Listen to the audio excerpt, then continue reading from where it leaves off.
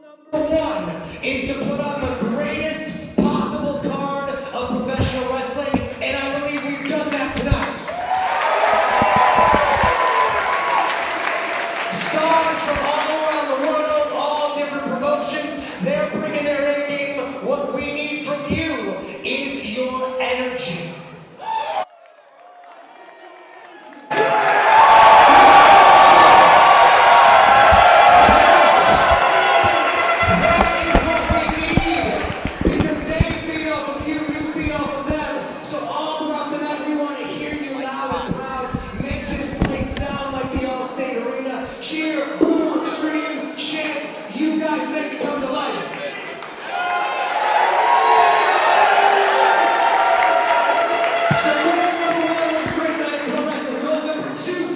Is to raise money for a great cause. As you know, every dollar raised for Warrior Wrestling, from tickets, concession, merchandise, all goes to help scholarships for students here at Marion Catholic High School. So thank you for being part of this great event. Warrior Wrestling 2 in September raised over $15,000 for kids, and we hope to be successful again tonight. Speaking of kids, I'm joined by Carrington. She is going to lead us. She's one of our students. Lead us in the national anthem. So if you please rise. Remove your caps and join us scared to rise. for the singing of the national anthem.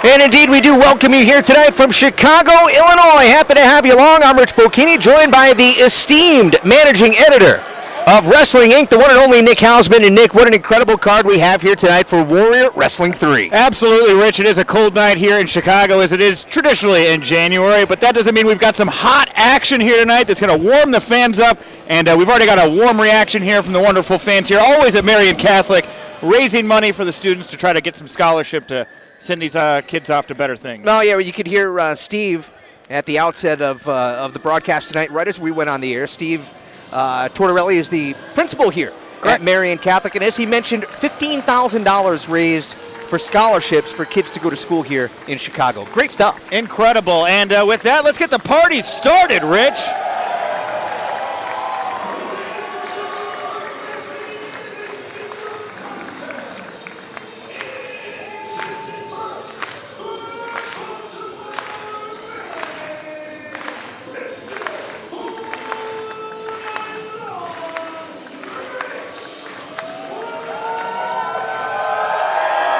Always energetic, always with a smile on his face, and one of the most eclectic performers in professional wrestling today, the one and only Rich Swann, getting us kicked off here tonight in Chicago. Absolutely, Rich Swann, a former WWE Cruiserweight champion, and he has big competition here tonight. The question is, Are the songs, the dances, are they going to keep up, or are we going to see a more focused, more aggressive Rich Swann? Look at Swann, a man of the people. He is out in the crowd, and I'll tell you what, I'm really impressed with his dexterity. You know what happens? You ever try walking on folding chairs? They always seem to fold in on me. He danced across those like he was on a balance beam. Oh, you know, of course, he loves it. He loves to sing, he likes to dance, he likes to get on folding chairs. He's playing to these people, Rich, but that's the thing. Is that going to be his downfall here tonight? Maybe he should be more focused on the competition he's got here at Warrior Wrestling and a little less focused on trying to get a hoedown going here with the good folks at Marion Catholic. Now, lots of other great stuff on the way tonight. I'm excited for this matchup here. Tessa Blanchard going to take on Britt Baker tonight. And another exciting matchup that we're going to see, the freelance free-for-all. That's going to be a lot of fun. Austin Aries in action against Eddie Edwards. And what a main event we have with Brian Cage set to take on Bandito. Oh, look for Swann right there playing to the crowd. Those matches that we just mentioned, just a handful of what's going on here tonight. We're going to tell you all about it as we move along here. As we wait now for the announcement, here he comes.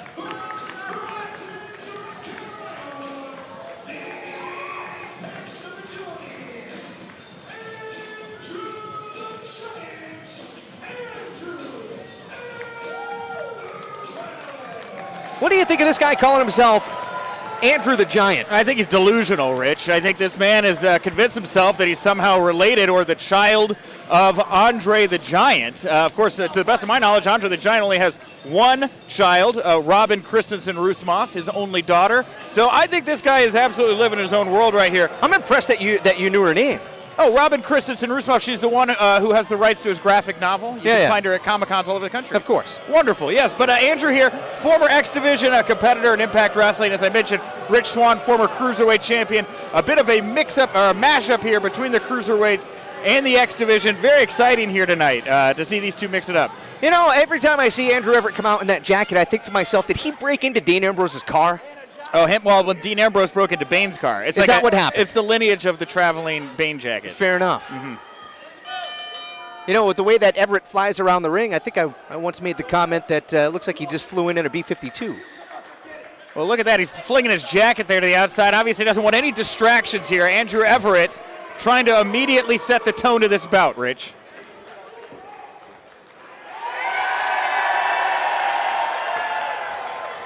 And again, Rich Swann playing to the crowd.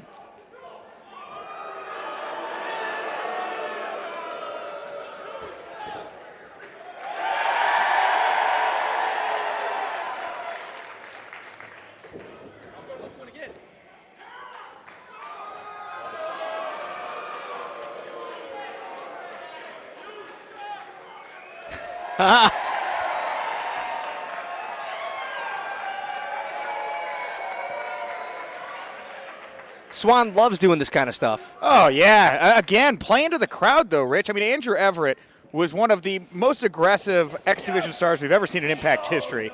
You have to think that if he can catch Rich Swann in the game of playing to the fans here, that's just going to be something that's going to play in Andrew Everett's hand there. You think that's been maybe a knock on Rich Swann, that maybe he doesn't take this seriously enough, that it's all fun and games for him? Absolutely, it's been a knock on him, and that's why I say you got Andrew Everett right here. And now's the time to step up and show people that you're not just somebody out there looking to entertain the fans with your moves and your dancing. It's time to get serious. Oh, missed with the drop kick. Not that time. Got knocked his teeth out there. Maybe we'll find some bicuspids on the ground. Oh, you know what usually happens when there's somebody outside the ring with Rich Swann inside it? Well, that's playing to the crowd. Let's see whether or not Swann is going to go flying.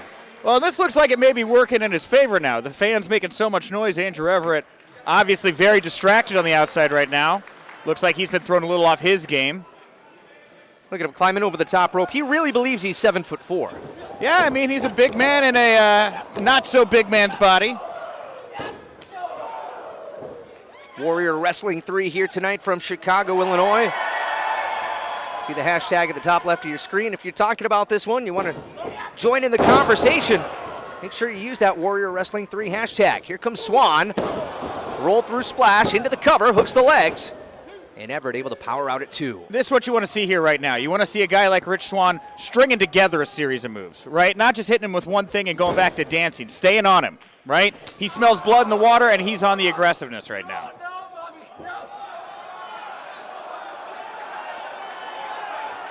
Everett desperately crawling over to the ropes, and Swann.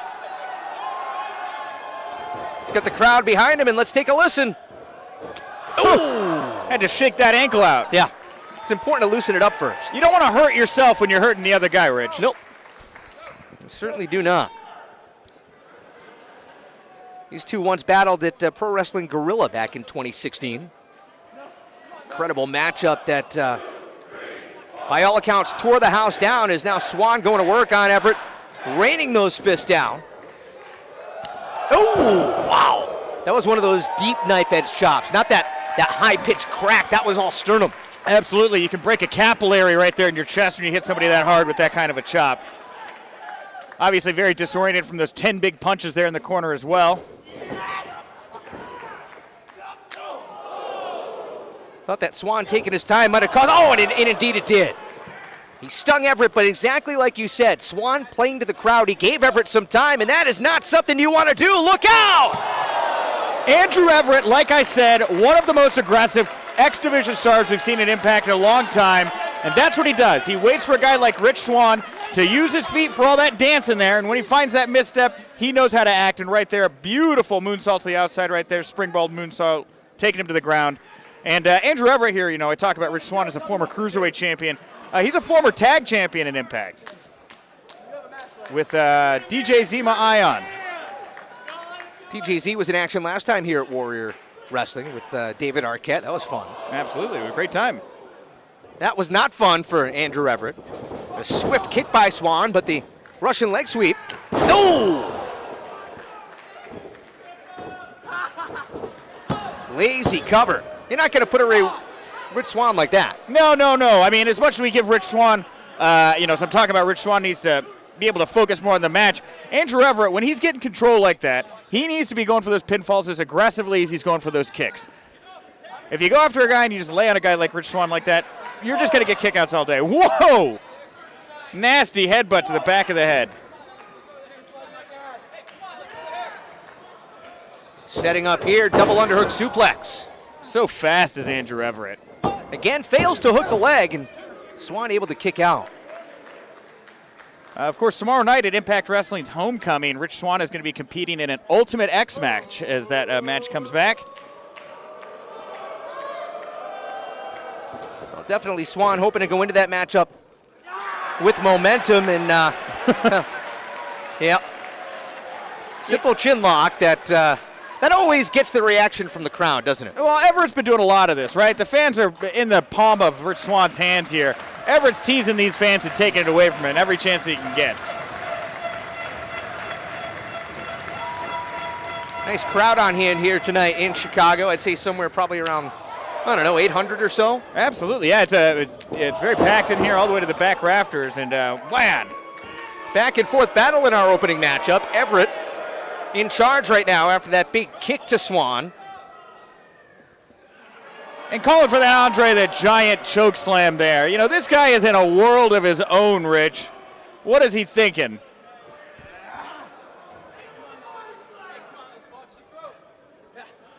He's thinking of putting Swann away, but Swann so quick.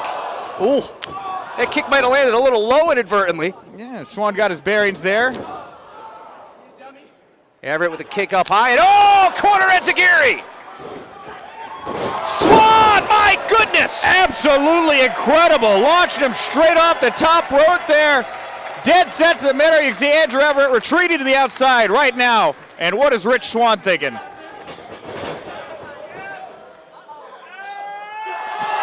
Running senton off the apron. And like a cat, Rich Swann lands on his feet. Absolutely perfectly executed.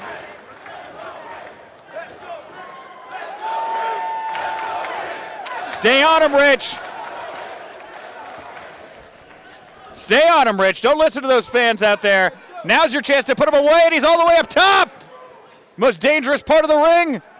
Swan with a huge splash off the top. Is that it? No! Andrew Everett digging down deep there to kick out of that one. Did you just say that was the most dangerous part of the ring? I thought that was the ring apron. Well, they're both very dangerous parts of the ring, Rich. You know, a debate can be made. I'm sorry, the ring apron is the hardest part of the ring. That's the hardest part of the ring. Right. Okay, yes, when you're teeter-tottering up there on the top rope, Rich, anything can happen. One misstep and you break your neck.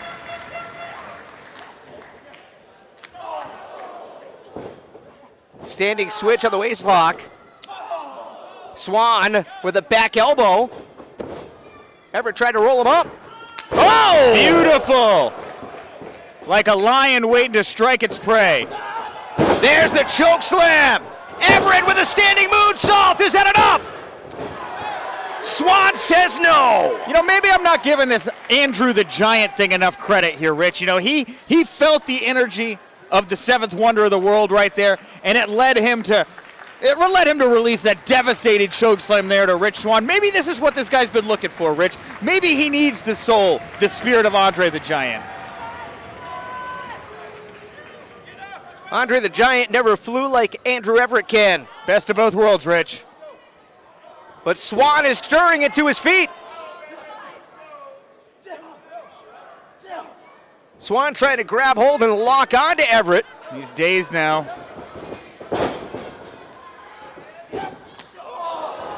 Brutal.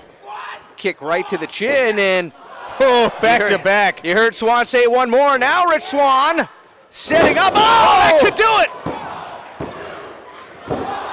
So impressive there. So impressive for Andrew Everett to push through. You know, as I'm sitting here thinking, Rich Swann going into an Ultimate X match tomorrow night for Impact Wrestling. Andrew Everett, of course, so known for that Impact X division. Maybe this is Andrew Everett wanting to say, I deserve to be in that mix. This is his chance to take a moment away from Rich Swann if he can keep powering through. But it is Swan who's climbing up top. Making sure he's got a good base off the second ropes. Swan twisting and turning and nobody's home. Everett again going up top. Oh my God! Gorgeous! And Swan is still able to power out. I've seen Olympic divers that can't move like that. And where does Andrew Everett need to go? How far down does he have to dig to get ahead here? Swan with a small package rolling him up, and that's not enough. Nice veteran move there. Another one of those vicious kicks, and now Swan. Could this do it? That's all. That is it!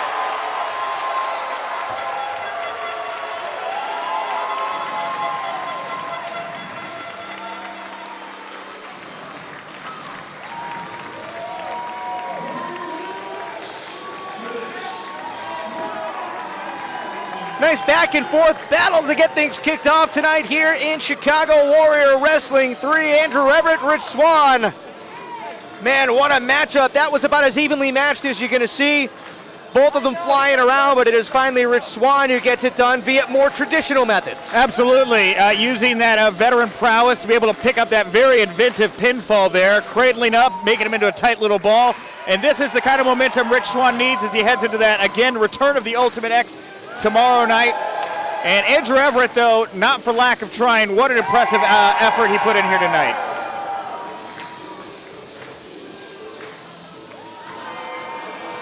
Look at Rich Swann listening for the cheer of the crowd, right as a dejected Everett leaving ringside, and now finally Swann headed to the dressing room as well. What a matchup to get things kicked off here tonight in Chicago, Nick. Absolutely, yeah, it's incredible, Rich. You know, the energy in here right now is electric. We've seen two of the best flyers in the entire world right now start us off. Tons more action to go here, and again, we're doing it all for a good cause. Marian Catholic, all the money here made tonight, every beer sold, every pizza slice, every bit of blood dropped in that ring. It's all for a good cause here tonight, Rich. Excited for the Moose versus Ethan Page matchup. Haven't seen Ethan Page in a while. I haven't personally, but it's going to be exciting to see him go one-on-one with Moose. And you talk about a huge competitor going up against somebody who's maybe known for his dirty tricks. This is going to be interesting. Yeah, I am very excited about Moose versus Ethan Page. Of course, these two both have high profile.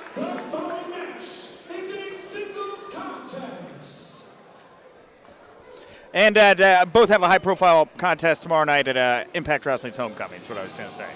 And that match is on the way, but right now, women's action here tonight in Chicago.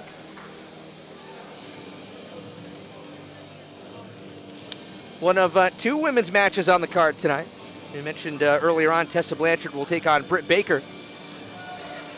Right now, I'm excited for this one as well because I don't want to give it away. I want to surprise the folks who are watching at home. Don't get ahead of yourself here, Rich.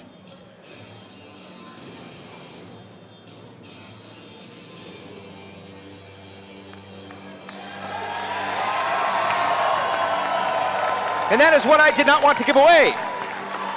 The Progress Women's Champion, Jordynne Grace, in action.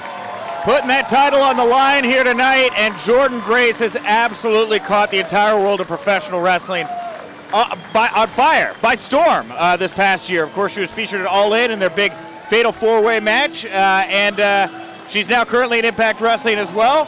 She's a force to be reckoned with, and is every day breaking down new barriers. Very enjoyable to follow on social media as well. Thick Mama Pump is what they call her, Rich. If you're watching this one live on the High Spots Wrestling Network, use the hashtag WarriorWrestling3 and join in the conversation on Twitter.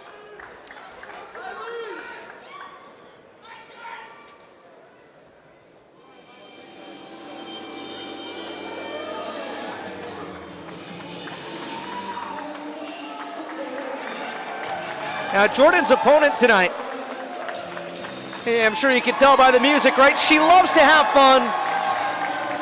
Some would call her maybe a little spacey, perhaps. Oh, I don't know about spacey, Rich. Kylie Ray is just a fun, awesome, bubbly personality. Of course, coming out to the Pokemon theme song here right now. Did you catch that one? Big Pokemon enthusiast, always wearing Pokemon on her trunks. Kylie Ray, she's one of, if you got to catch them all, you got to catch Kylie Ray too. She's certainly at the same level of a Charizard or a Electabuzz. I know Kylie Ray spent some time down in Houston, Texas, training with the one and only Booker T. That's right, down at the Reality of Wrestling. Reality of Wrestling, indeed.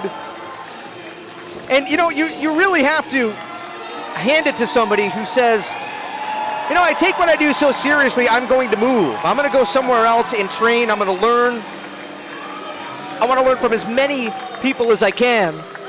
And certainly, Kylie's time training with Booker has paid off. Oh, 100%. You know, these two have faced off right in Booker's backyard. Right backyard of Houston, Texas, May 2018. These two went heads up. Jordynne Grace. This match is for the Progress Women's Championship.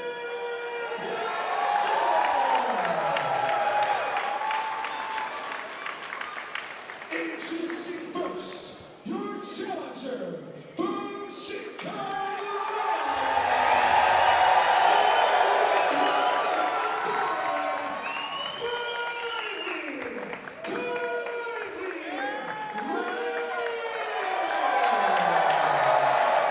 Hometown favorite.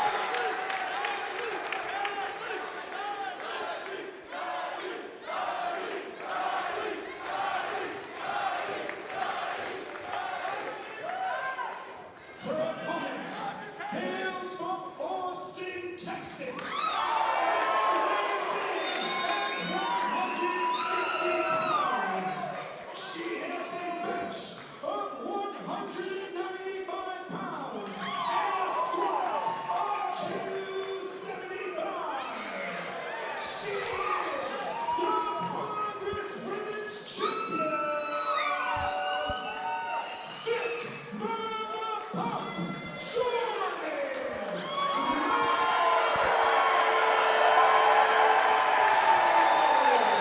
Well, even Kylie Ray is applauding for her opponent here tonight. Hey, Nick, let me ask you, how much can you squat? Squatting is down to pick things up off the ground, like my car keys and things like that. I squat. I got to squat a potty. They actually help. We do. Well, there it is, the Progress Women's Championship. And I say progress, right? Because I want to say it correctly. Yeah, progress. Yeah, not that I suppose it depends where you're at, but there's a great debate, isn't there? There In is. America, do we say progress or progress? No, I think either way, as long as you're showing respect for the company. That is a prestigious championship that Jordan Grace is carrying around. And she looks across the ring now again at Kylie Ray. As I was mentioning before, these two went heads up in Houston, Booker T's backyard in May 2018.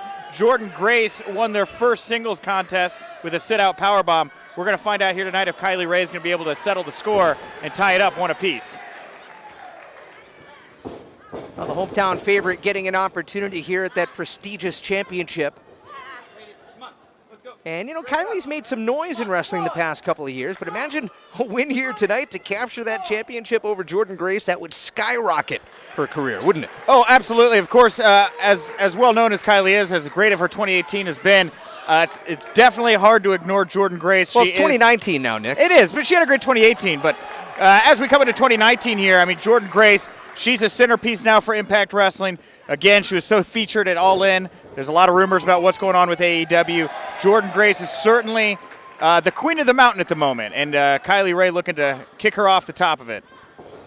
I don't know that I can recall seeing such a powerful female professional wrestler. No, of course, she's known to do the Vader bomb from time to time to finish off opponents.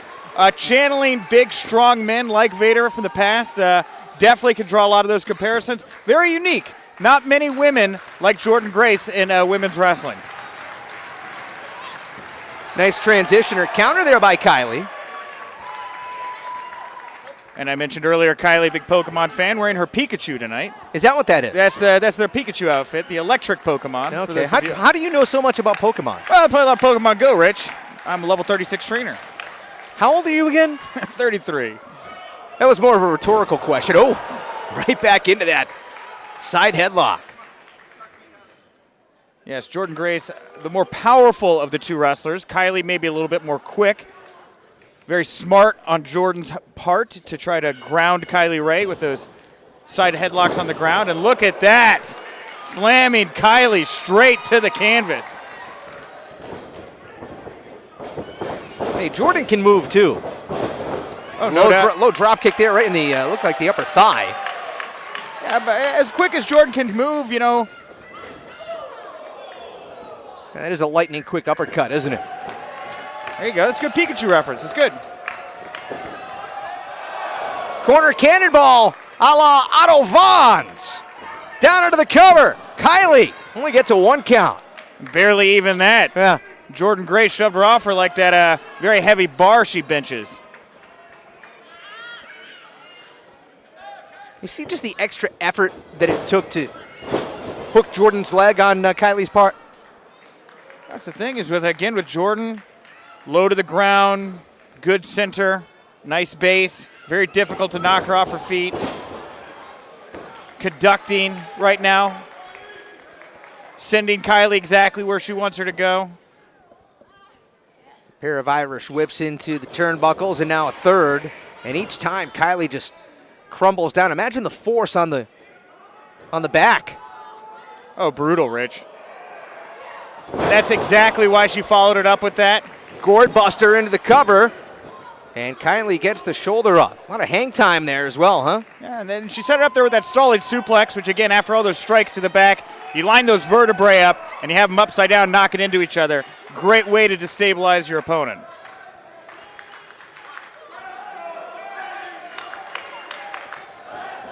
Kylie going to try and draw off the energy of the fans here in her hometown of Chicago.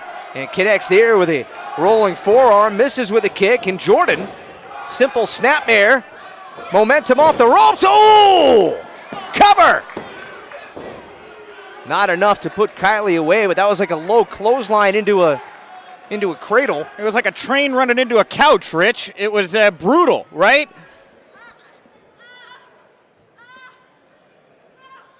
And Kylie Ray here, you can see wincing in pain.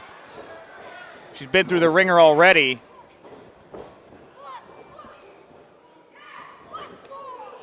Runs right into an elbow. You want to be quick with Jordan, but you don't want to be too quick. Again, there's Kylie with that quick European uppercut. And Jordan clutching her neck over there. Maybe got hit in the throat directly. And again, going after the back. Uh-oh.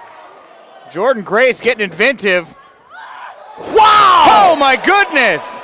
Snap German suplex out the corner. Out of nowhere. Just one step ahead of Jordan Grace at that time, Rich. You know, these two are doing so many reversals, like a cat and mouse game here. I feel like it's at any given point, somebody's tail's going to get caught and the other's going to eat the other.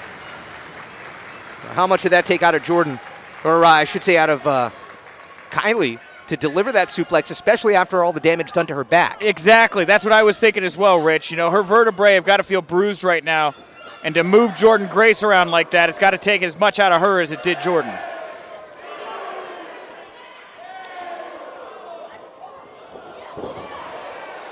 Stiff kick right there. Big stop right to the gut. And, wow. Nothing Jordan Grace does, she does gracefully. No. It is hard. It is brutal. It leaves bruises. You say, well, 3 simple body slams. Oh, Kylie able to slide free from the third. Uh-oh. Oh, dear. Oh, this Beautiful counter. Oh, and fantastic job by Kylie to block. Oh! See the look on Jordan's face? Oh, my God. See the look on the fans' faces. Everyone's wincing. They all feel it. Oh, man. Oh, good God. you know, if Kylie Ray was choking on something, she could thank Jordan, right? She could, yeah. Yeah, but it's not the case here. It's like getting knocked around with 2 telephone poles. You know, I mentioned cat and mouse earlier. That's what it looks like when a cat toys with a mouse. Somehow Kylie with enough to deliver a couple of clotheslines. Missed there, and whoa. Oh, man, where is she finding this energy? Really digging deep. Huge kick into the cover for the Progress Women's Championship. No! Jordan Grace getting the shoulder up after a flurry of offense by the challenger here tonight in Chicago. What an upset it would be for Kylie Ray to take the Progress Women's Championship right here. Kylie biding her time, waiting for the opportunity, and uh-oh. Oh, no! Oh, sit-out powerbomb, and that is no! Wow! Of course, that is the move that Jordan has put Kylie away with in the past to help her win their first heads-up battle. Reaction said it all. This Back into the cover. And Jordan's, I don't want to say she's outwitted right here, but she's really thinking, what's next? What do I do? Not a position she's used to being in. Hold on here. Kylie Ray for the title. A quick reversal. Back and forth. seesaw here.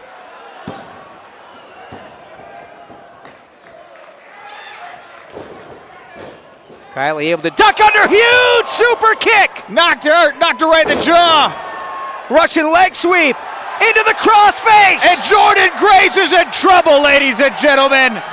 Kylie Ray with the Progress World Women's Championship. This is on the line right here. Jordan's got to get to those ropes. She's got to get to those ropes, or she's got to reverse. She's got to roll her over. Shoulders are down. And Only two. wow. Smart reversal there. Put the pressure on Kylie to break it so she doesn't get pinned. I was thinking about another German suplex. Instead, this time, Jordan able to roll her up. 2 count. Low clothesline. Kylie able to roll through. What is Jordan doing here? Uh-oh. Oh, no. Oh, no. Oh, God! And that's all she wrote. Pump handle driver does it. The Made in Japan. Jordan Grace retains the Progress Women's Championship here tonight at Chicago.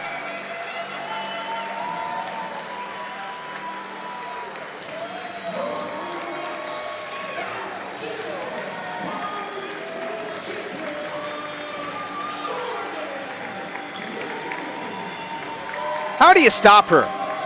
You don't. You just ask her to not start with you. An undeniable force in the current pro wrestling landscape with so many bidders right now out there for good talent, great talent, talent that could draw and put you on the map. Jordan Grace is in line for a banner 2019. You see Kylie Ray being helped away from ringside by the official. She came close here in her hometown. What an upset that would have been. Kylie with a fantastic showing here against Jordan Grace. Yeah, and you watch Kylie as she makes her way to the back, clutching the back of her head there, may have been dropped.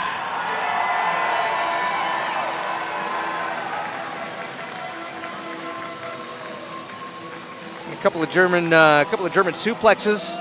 But think about Jordan Grace, the way she was just clubbing her around, whipping her into the turnbuckles. You talked about the vertebrae being jammed together, and my God, I mean, what a force. She's an absolute force, Jordan Grace. She's a beast, no doubt about it. You can hear him singing Jordan Grace right now over our shoulder, Rich. What a matchup.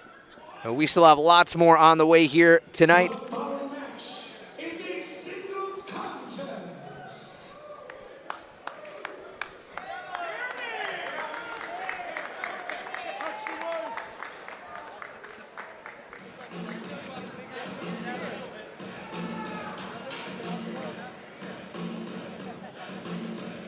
Talked earlier on about that freelance free-for-all matchup. Nick, you can clue us in on that in just a second. But I'm also excited for this one. Six-man tag match, Sam Adonis, Super Crazy, and Dragon Lee against Pat Monix, Daga, and Ultimo Dragon. Excited for that one.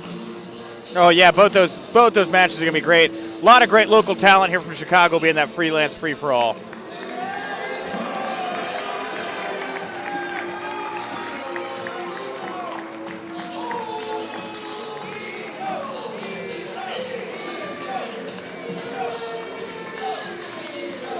Right now, though, if you want to call this a Haas matchup, I suppose you could. A battle of two behemoths. I suppose you could call it that, too. Although, I don't know that I always think of Ethan Page in the behemoth category, but he is a big dude, isn't he? I was standing next to him in catering, Rich, and I took a sandwich, and I put a sandwich on my plate, and then he took 4 slices of pizza and 3 sandwiches and went over in the corner. Incredible. Before I address everybody in the building tonight, I need to make one thing absolutely clear. Usually, I come out here and I make sure the All Ego name lives up to its reputation, and I talk a big game about my ego. But what I wanted to discuss is what Chicago means to Ethan Page. I've been a professional wrestler for 12 years. 80% of my career I've spent in the Chicago area. I started making my name for myself in the Chicago area. So you can imagine how special it is for me to see this amount of people here tonight for such an amazing cause.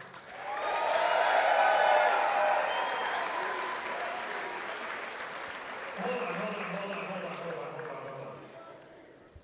If I talked about myself, I think that would be the applause I'd get. But I literally gave you guys the opportunity to pat yourselves on the back, and you couldn't be loud? Congratulations, Chicago! You're doing a good thing!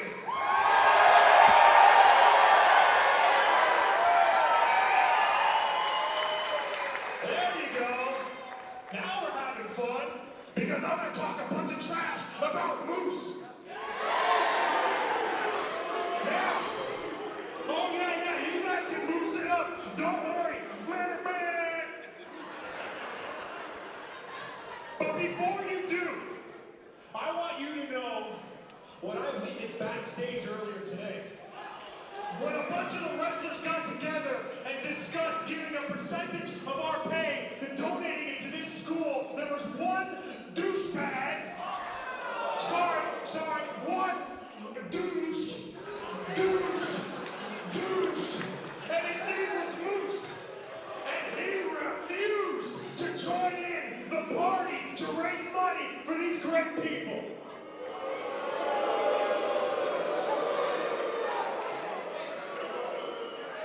So when I win tonight, douche, not only will I donate my percent, I'm donating the winner's purse.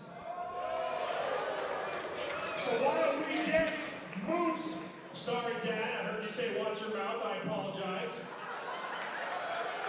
But if the rest of the crowd wants to chant it when he comes out, I can't say anything about that. So why don't we get Moose out here so I can kick his... Very respectful. Let's start the match. Yeah, indeed. I don't know that I've ever seen that side of Ethan Page before. You know, I'm a little like- confused right now. Like he said, Rich, Chicago holds a soft place in his heart.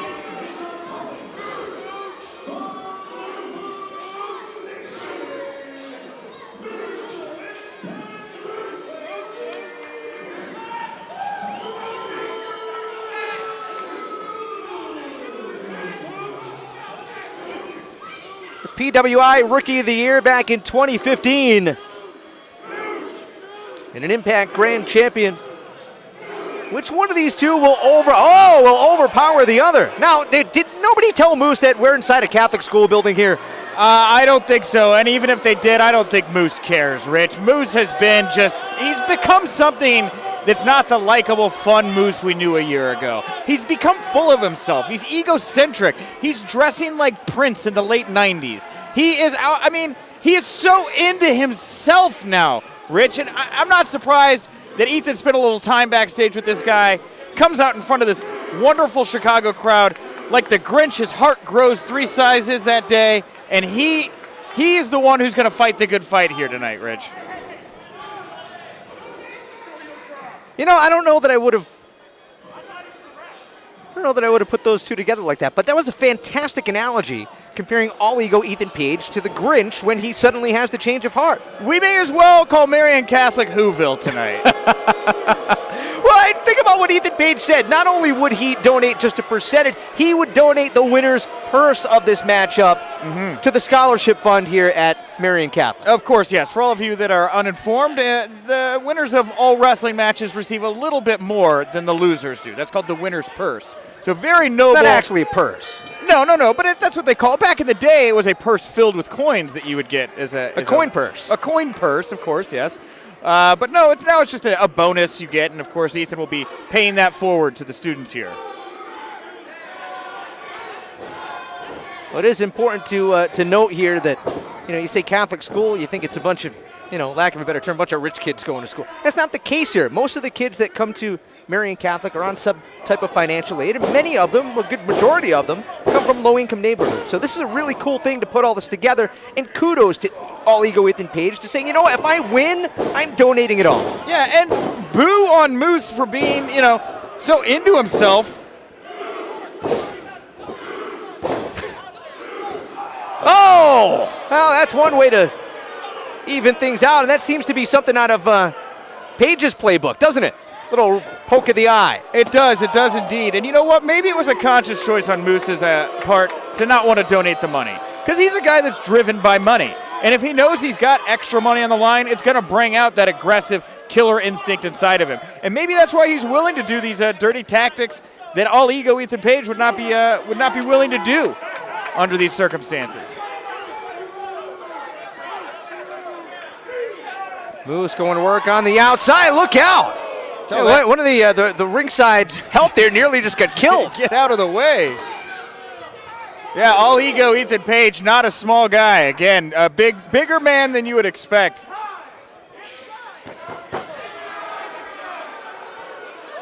Oh! And Page again whipping the hand off of the ring apron, now sending Moose head first into the ring post, and look out one more time. Well, it looks like Ethan Page is loosening up here a little bit, willing to go a little bit further to pick up a victory here. I think Moose is trying to run away. I think Moose is trying to get a breath. If he can put anything between him and Ethan right now to get his breath back, he'll do it. He doesn't care if it's guardrails, human beings. Oh, man.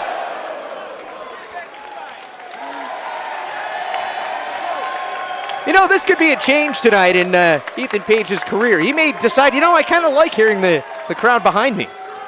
Yeah, it's ironic here. Where are we at? Big kick right to the side of the head. All ego Ethan Page. He calls himself all ego. Seems like Moose is more all ego these days. Maybe we're going to have to think of a new moniker. Uh-oh. I think, couldn't tell right. Yeah, and indeed, Moose with the thumb in the eye one more time. And for such a big guy, why does he need to dig down to these tactics, Listen, this is a guy who played in the NFL. He played for the Falcons, the Rams, the Colts, the Patriots, an offensive tackle. This is a guy that is as tough as they come. Very, very tough man.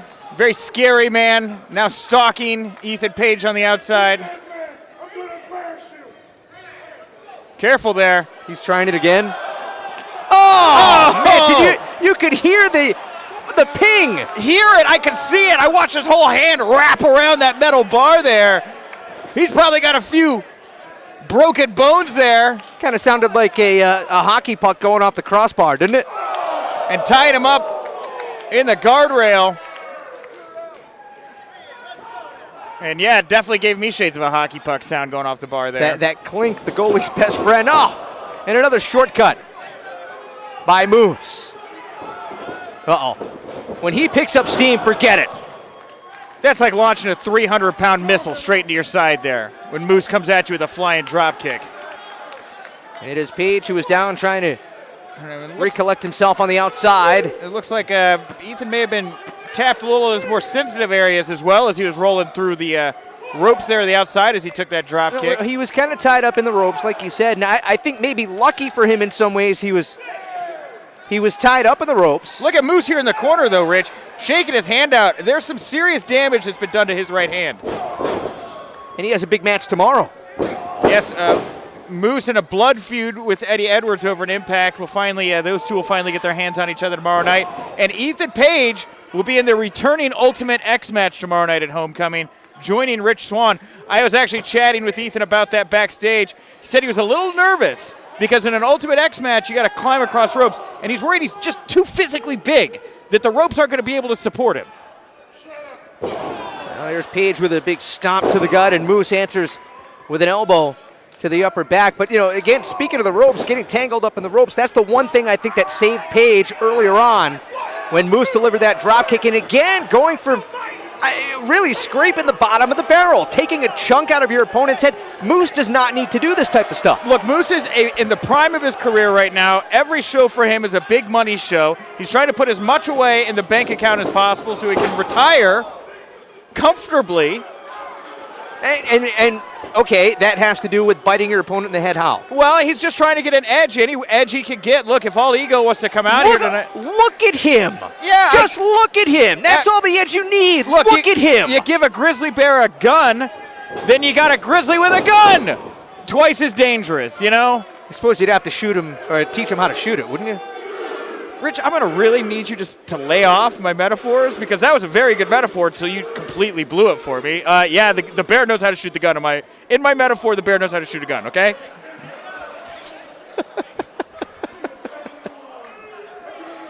Oh, my goodness. We're going to have fun tonight, Hausman. These guys are having fun right here. Shades of Mick Foley. Moose reaching into the front part of his trunks. What's he going to bring out? A sock? Bare knuckles? Nothing. Nothing but some stank, apparently.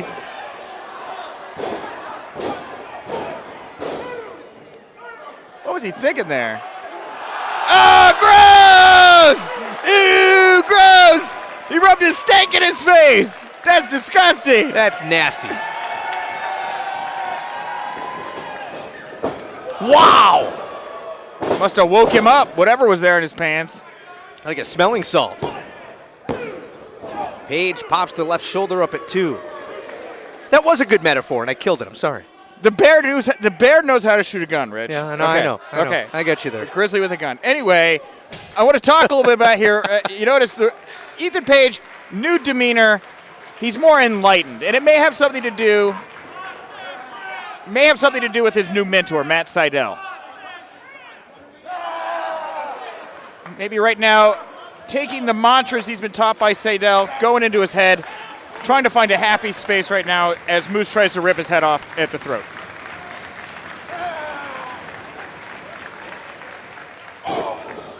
Seidel would probably tell him what? Just relax in a moment like that. Calm yourself, loosen up. Relax, breathe, find your chakra, align it. And once he's in his happy place here, look, we see a little bit of fire from Ethan Page.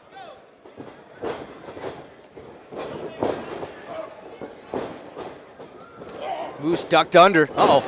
Smart. Simple way to get the big guy off his feet. Oh! Plants him. Cover. And Moose able to get the shoulder up at 2.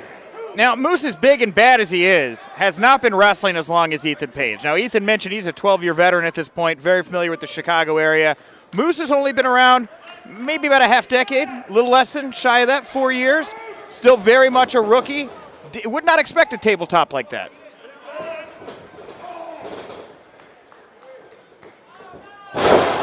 Gorgeous cutter.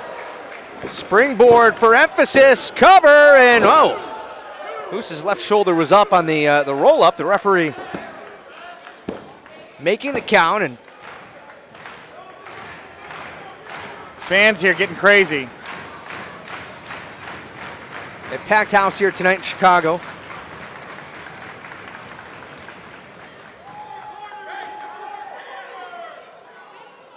Live here on the High Spots Wrestling Network. Warrior Wrestling 3 from Marion Catholic High School. Rich Bocchini, Nick Hausman. Excited to have you watching live tonight. Moose able to miss, or misses with the forearms. Meant to say that Page able to duck it. Oh! Low blow from Moose. And again, why? Why? No jackhammer needed.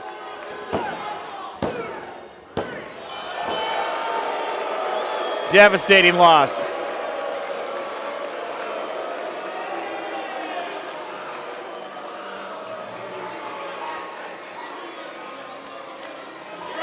A cheap victory here by Moose tonight. Not only getting the win, but essentially taking money out of some poor kid's pocket that needs that to attend school here. So yeah, why not make these kids' dad work on Christmas too, Moose? Regular Scrooge over here.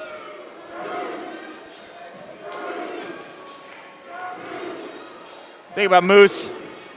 I got to remind everybody, tomorrow night at Homecoming Impact Wrestling, he'll be taking on Eddie Edwards, and he has just been a total piece of garbage to Eddie Edwards.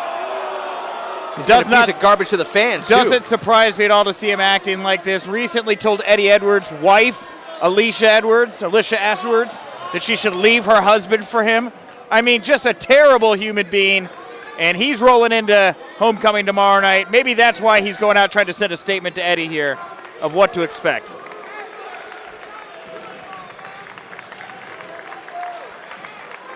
Ethan Page will make his way back to the dressing room, and standing ovation here from the fans. Well, some of them.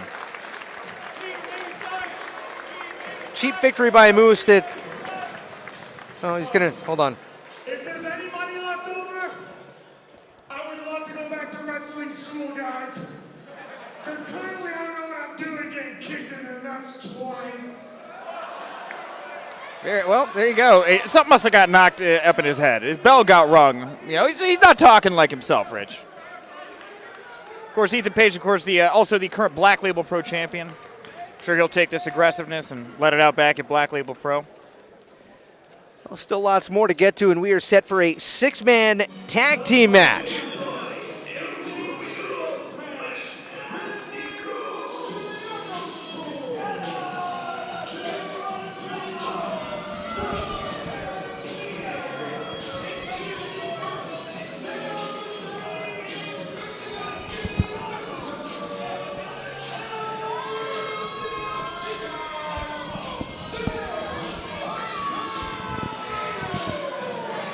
Yeah, I saw Sam Adonis running around in the back earlier on, and you may get an opportunity to see exactly what he's wearing. Oh, he's got the microphone too. Oh, God help us all. Of course he's got a microphone.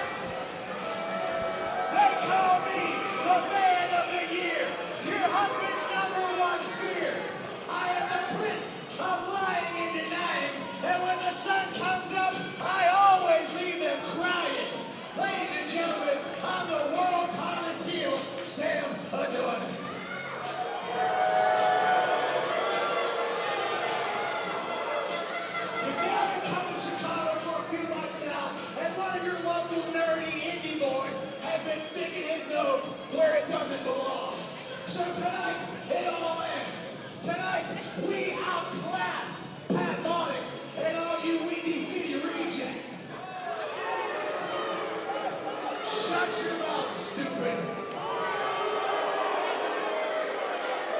It is my pleasure and my honor to introduce two of the best wrestlers on the planet that have decided to be my tag team partners tonight. So ladies and gentlemen, I give you first, from Tulancingo, Mexico, he is the hardcore luchador. He is super crazy.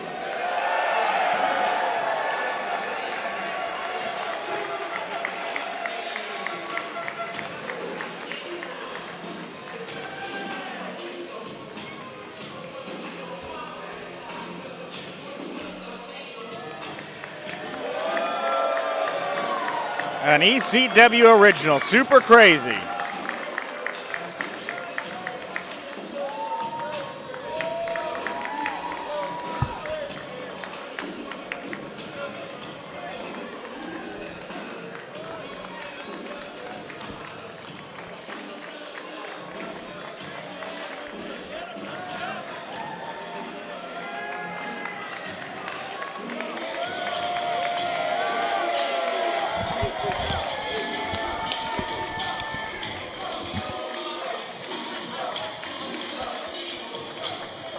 Super crazy.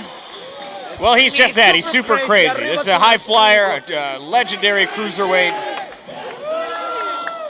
next, I give to you one of my good friends, all the way from Arena, Mexico. Consejo Mundial de Lucha Libre. I give you Dragon Lee.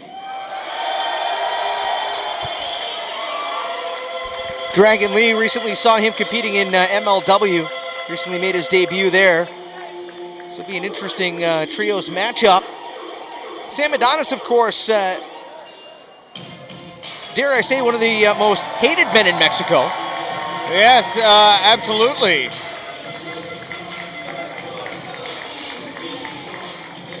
Dragon Lee, the current CMLL World Lightweight Champion. And if you've never had a chance to see Dragon Lee in action, you are in for something special here tonight. Right up there with the wave of incredible luchador talent, Phoenix, Pentagon, Bandito. Dragon Lee is a name you're going to want to remember because for years to come, he's going to be putting up all-time great bouts, Rich. I've been impressed every single time I've seen Dragon Lee in a ring. Had the chance to see him earlier this year at the King of the Super Indies. Fantastic talent. Absolutely.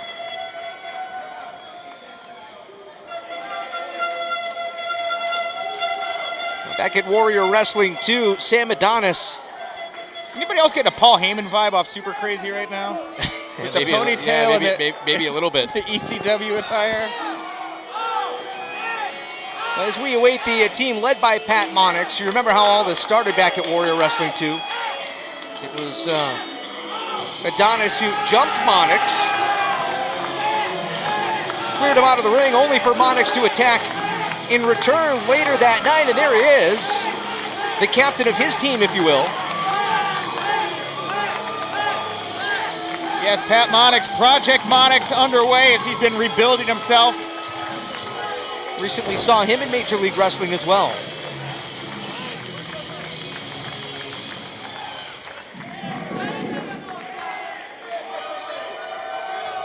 Hey, 7 times you turn around, I'm talking to you. Speak Spanish. It's a lucha libre match.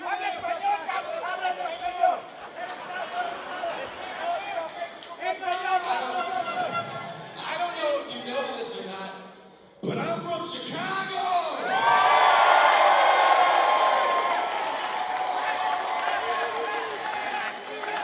And if I know anything about these people here, they've heard enough talking. And I think they're ready to see a fight. Don't yell at me like that. I wasn't ready. I will make you beat your ass. So without further ado, Warrior Wrestling fan, Marion High School, Chicago, my first partner.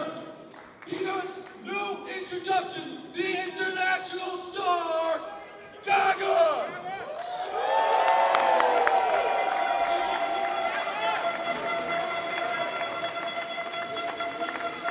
Pat Monix the mouthpiece here for his Lucha Trios team.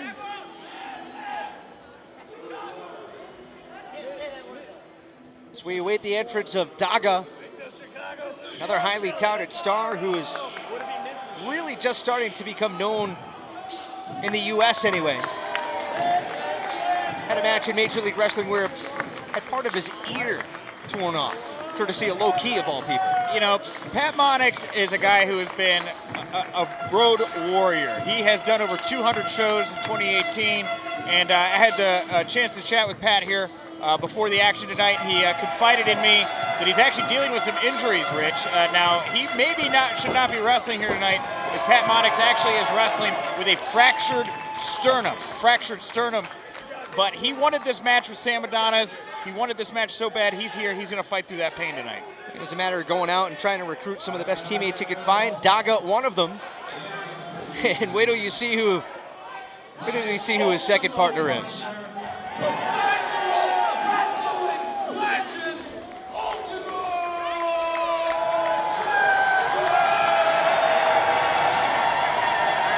And the fans here inside Marion High School rising to their feet for the legend.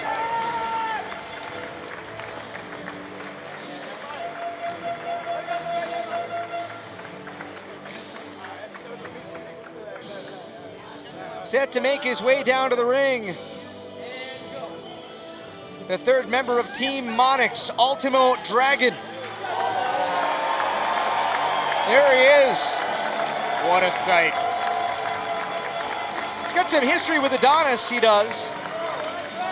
Adonis and Dragon have battled across the U.S. at multiple promotions. Just in awe right now. Such vivid memories of Ultimo Dragon taking the States by storm. His time in WCW, showing up with 37 championship belts wrapped around his waist, his arms, his neck. One of the most decorated flyers of all time. You can feel the respect emanating in this room. It's always a very special event whenever you have a talent like Ultimo Dragon. Just listen to that, Rich. You look at the way these teams are. The chant of Ultimo ringing through the crowd here, but you look at the way that these teams are stacked up. You've got a legend on each team. You've got a workhorse on each team, and as we just saw, a mouthpiece on each team. This is going to be an incredibly balanced matchup here. It really is anyone's game. Let's go over the rules here for this, though, Rich. This is a very different kind of match. This is a lucha rules match. There are no tags, so you can only roll out of the ring to switch guys. You don't need to tag. You just need to get out of the ring. And this is also going to be a 2 out of 3 falls match.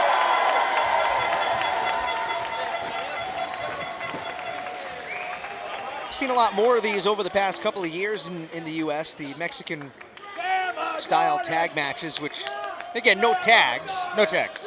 Non-tag match, if anything. It is a non-tag tag match, if you will. A non-tag team match, yes. I guess, right? Yes, a lucha rules match, not to be confused with a lucha house party rules match. What was that anyway? And nobody's been able to explain that to me. You know, I think there's a piñata involved. There's more, you get more people on your team. Show of respect here between Ultimo, Dragon Lee, and Sam Adonis seeming to scold Dragon Lee for showing some sportsmanship here. Well, I mentioned this when he walked out to the ring, but take a look at the trunks or the tights that Adonis is wearing, and whose face is painted right across, probably where it belongs, on his backside. And I think the fans here in Chicago get it. I think they heard you say backside. Hashtag to use on Twitter, Warrior Wrestling 3. Let us know where you're watching this one. We'll give you a shout out. Hey, let us know how everything looks and everything sounds, too. If there's anything that you, the astute watcher, viewer, listener at home. Looked like Super Crazy may have been trying to untie one of those top turnbuckles there in the corner. Look, you can see some of the rope hanging. It's rope hanging out of the back of that turnbuckle. You know, Super Crazy, there's veteran in-ring prowess, and then there's Super Crazy. This is a guy who's seen and done it all. A Super Crazy guy, you know, obviously somebody who could fly around and has really had to adapt his in-ring style over the years to more of a brawling style. Yeah, but he always still likes to have a good time, too. You know, he's one of those guys that'll punch you in the face, but laugh about it.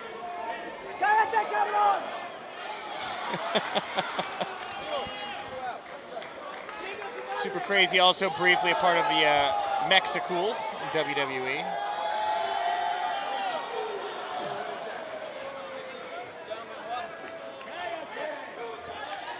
Very strange bedfellows here with Super Crazy, Dragon Lee, and Sam Adonis. Sam Adonis does not seem to have control of his team at all. If anything, they appear to be making fun of him behind his back.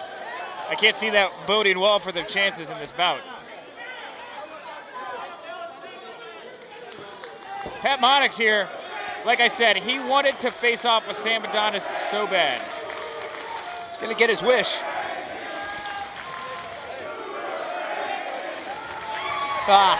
What's with the tag? No tag. No need a tag. Right. Just leave the ring. Yeah, just roll out. Oh, come on, shut your mouth. How are you bilingual? I'm the smartest man in this room. Don't do it, Pat. That guy's super crazy.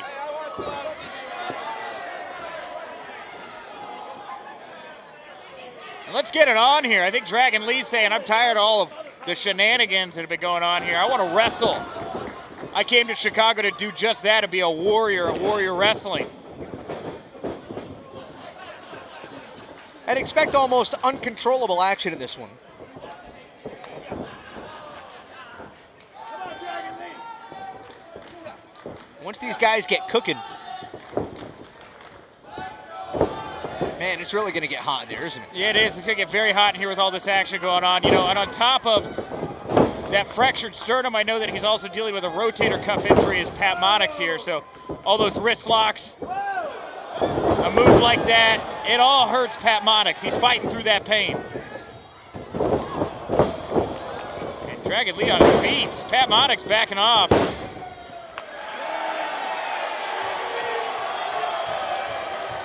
Los Ingobernables. That's the sign, right? That's what you do. Los Ingobernables? That's the one? I still can't say it right. Ingobernables. I don't know. Dragon Lee, Rouge. I was actually instructed by Conan on the proper way to say it, and my Spanish is so bad that... I'm going to tell him that you said it wrong. You do not want Conan at your throat. And Daga, very popular here with the Marian Catholic high school fans.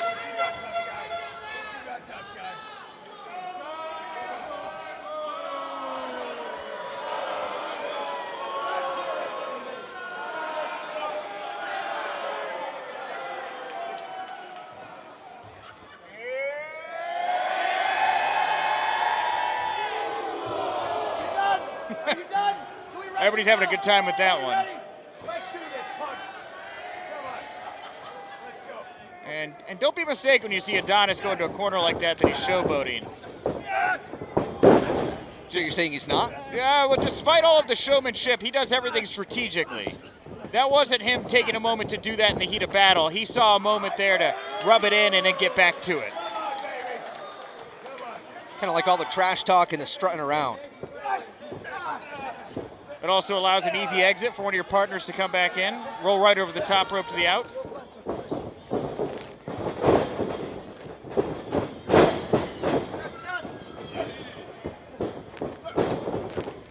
And who is going to get the head? There it is. Daga.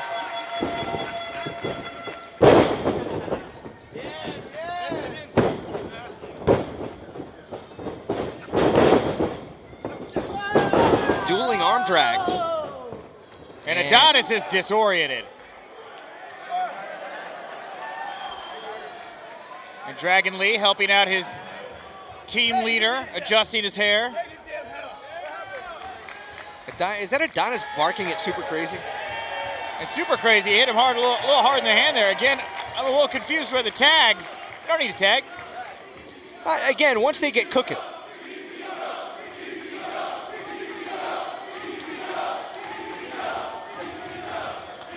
Wow.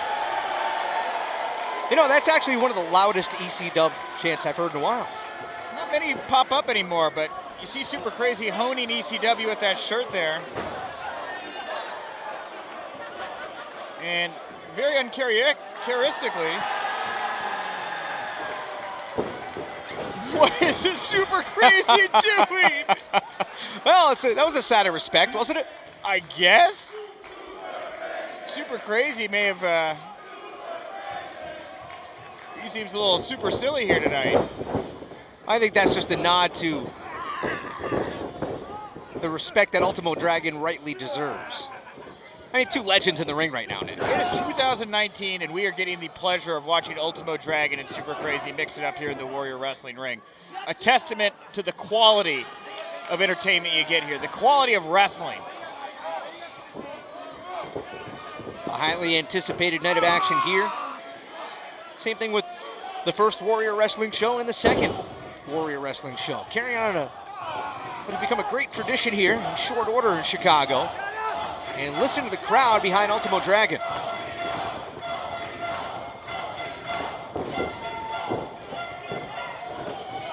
Kind of sounds like a soccer match, doesn't it? With the air horn in the background. Oh, they got the feel of a soccer match here. Everybody is so heavily invested into their teams. Big money on the line. I think Adonis wants in. If I know Sam Adonis, he just wants to be able to say, yeah, I wrestled Ultimo Dragon once. See, Sam Adonis loves soccer games because he is one of the few people that likes the sound of a vuvuzela. It's weird. He loves them. Shut the fuck up! Whoa! Super Crazy. Super crossing a line, I think, verbally there. Cállese, los pinchos, hijo, cállese, cállese. Super Crazy losing his mind right now. The fun and games, the smile is gone. Something has clicked up top with Super Crazy, and he is off the chain. Size and power advantage over Ultimo Dragon. You know, you get in there with somebody that matches the skill set, that has a similar legacy. You start to realize where you are. Wow, beautiful. And didn't release it. Hung on with his feet, very difficult to do. Tremendous lower body strength. And look at Super Crazy there, all the blood rushing to his head, his face getting pink, starting to get a little blue in the cheeks.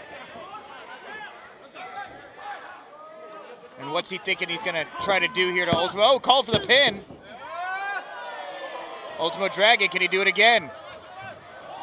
And right back into it. That's something else. Yeah, come on now. Sam Adonis and Dragon Lee have seen enough. They're gonna take it to the outside. Adonis sending Ultimo Dragon into the ring post, and this thing is starting to break down, Nick. Yeah, I know that it's once you fall out of the ring, another person can come in, but when everybody's outside the ring, who's the legal man? Is it a first two into the ring? Daga's in, Dragon Lee right behind him. I guess we got two legal men here now, the referee taking position, but look at Adonis, who does he have? Yeah, Ultimo Dragon still. Yeah, he's still going after Ultimo Dragon on the outside, choking him out, but in the ring here right now, Dragon Lee with a near fall. Oh, he did, he picked up the pinfall. That was a 3 count, Dragon Lee picking up the pinfall for his team. It is 1-0 in favor of team.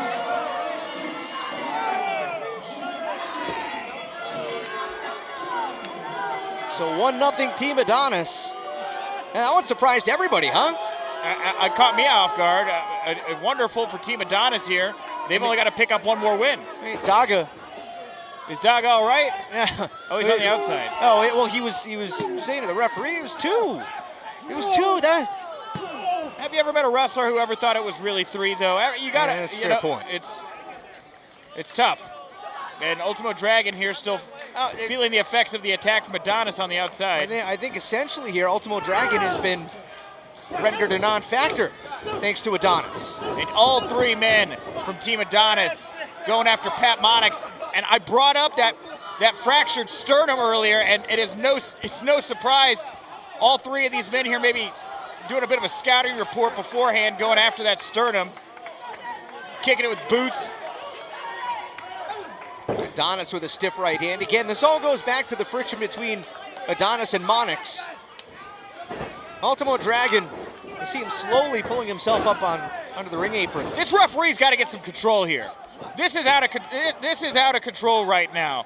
Team Adonis is not playing by any rules, lucha or otherwise. Lucha house party rules for that matter. Big boot there by Adonis. Super Crazy still in the ring. You got two legal men, or two men from Team Adonis. All right, and finally here. Wow, what a big back body drop. Super Crazy. Now for Dragon Lee with the elbow drop. Yeah, and Super Crazy here didn't even leave the ring. This is a mugging, Rich. This isn't a wrestling match anymore. Monix trying to, I should say, Daga trying to make the tag. And, you're right. This is a 2-on-1, 3-on-1 attack. They're going to take his boots here in just a second. Throw him up over the telephone wire. Ultimo Dragon knocked down. How can the referee be asking him if he's going to tap when he's got two men applying a submission move to him?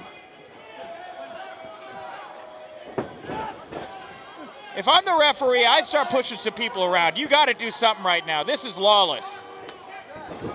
Here comes Monix. And again, he quickly dumped down and quickly 3-on-1 attack. Targeting that sternum again, right there. And you can see Monix there, curled up in a ball.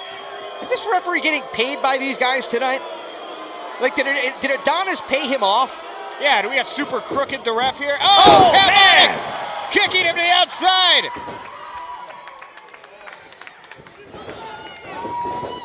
And Monix flying through the ropes. Suicide dive, taking it all out. On Sam Adonis, the action continues inside the ring.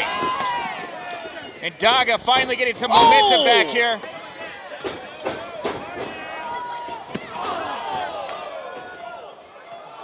Daga launching himself out of the ring. Ultimo Dragon realizes what's going on.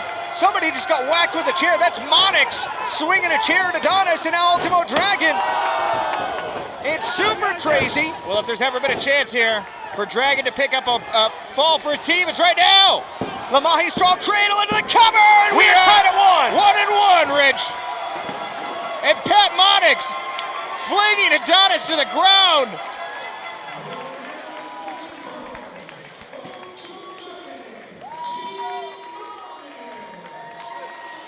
And now we've got all of Team Monix in the ring with Super Crazy down. Are we going to see the same mugging gang tactics from this team that we saw from Team Adonis? Obviously not. Super Crazy to the outside. And Monix is looking like he wants to fight. Sam Adonis completely beside himself. And now starting to play to the children for whatever reason. Who knows why? Sam Adonis has certainly had his bell rung a couple times here tonight. Like Don Quixote, maybe just chasing windmills right now. Okay, brother?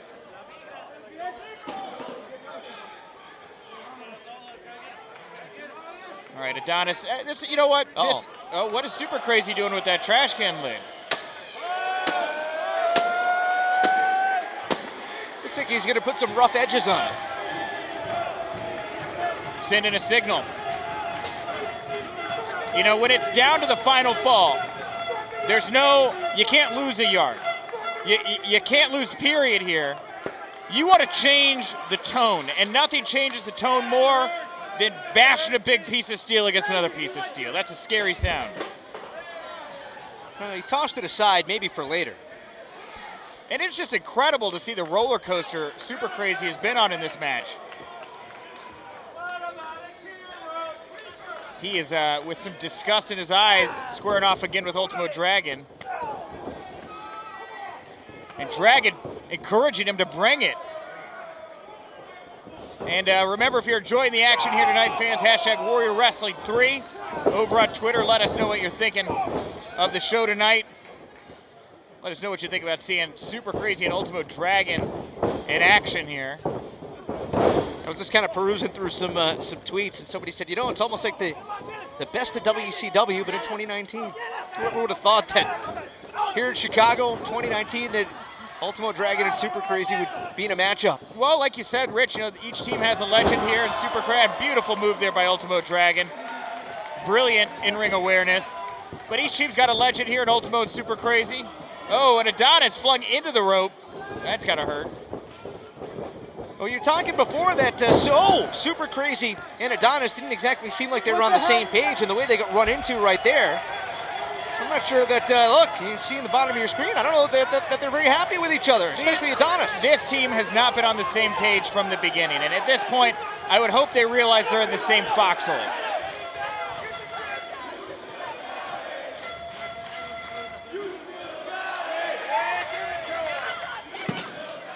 I think he was half thinking about clubbing Adonis with that chair. I also got the vibe he was going to club Adonis with that. I mean, but look, if you're going to work with a guy named Super Crazy, don't expect logic. Don't expect. Uh-oh.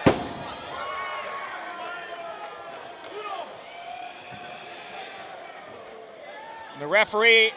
He's just, sure, let's let chairs in here. Why not? This referee has been fairly spineless most of this match. I hate to say it out loud like that, but now they've got weapons, Rich. I'll tell you what, Steve T is going to have to, have a chat with the association about this. I don't know who's assigning these officials. And with guys like Daga and Dragon Lee, their bodies are weapons. Look at that. They don't need chairs. I'll say this, though. I would not want to be that official, would you? Would you want to have this, trying to control this? No, but that's why I went to the role of commentary and not a referee, Rich. Right, fair enough.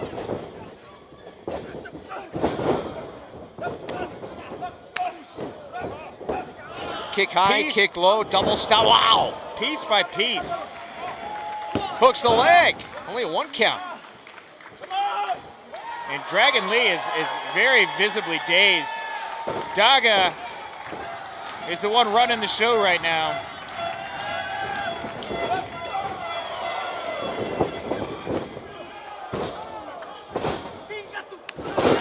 Wow. It's breathtaking, isn't it? So fast and so lethal. Only a 1 count. Daga is feeling it right now.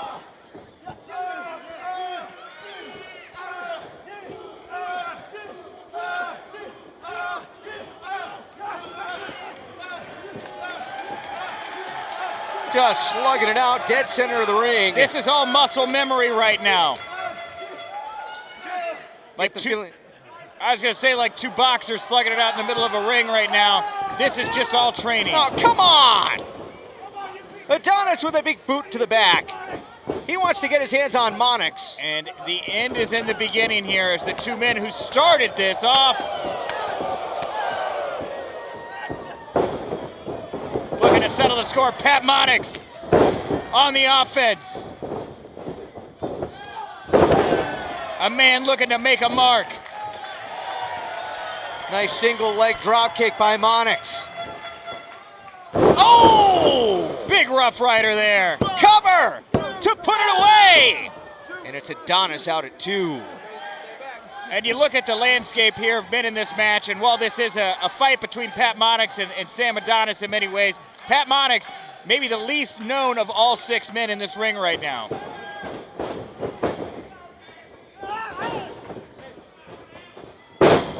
Adonis with the sunset flip. Monix out at 2.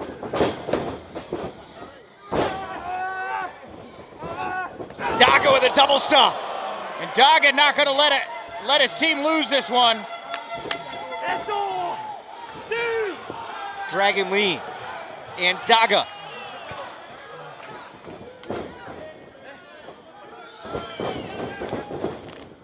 Reversal on the Irish whip. And Daga to the outside. Heads up for Dragon Lee. Whoa! Over the top. Hit him with that boot right into the back of the head. It's an easy way to get a concussion there. And we see once again the veterans now occupy the ring space. Ultimo Dragon scouted it perfectly there. Didn't get a whole ton on that drop kick, but good enough. And Super Crazy rolling to the outside. I got a feeling he may regret that. He may regret the decision to go outside. And you can feel the room shaking right now, Rich. Oh, never mind that. He took too long, Rich. I think it was all Super Crazy's plan. So we head back inside the ring, and it is Monix And Adonis. Pat Monix with momentum off the rope. Springboard right into a kick. Adonis. Big brain buster. Right in the middle. And that is all. Team Adonis wins it. 2 falls to 1. Huge loss.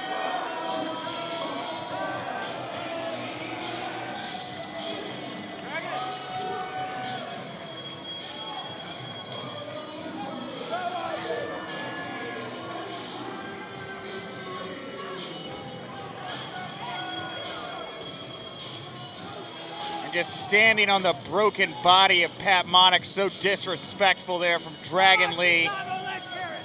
Sam Adonis, super crazy. Sam Adonis, obviously a big player here in Warrior Wrestling. He talks a big game, but I guess if you win, you can do that, Rich. Super crazy and Ultimo Dragon. You see the referee attending to Pat Monix here, and super crazy, offering a handshake, but Ultimo Dragon telling him to wait. And it's Ultimo Dragon wants to make sure that Super Crazy gets the respect from the fans that he rightfully deserves. 2 legends. Super Crazy, Ultimo Dragon.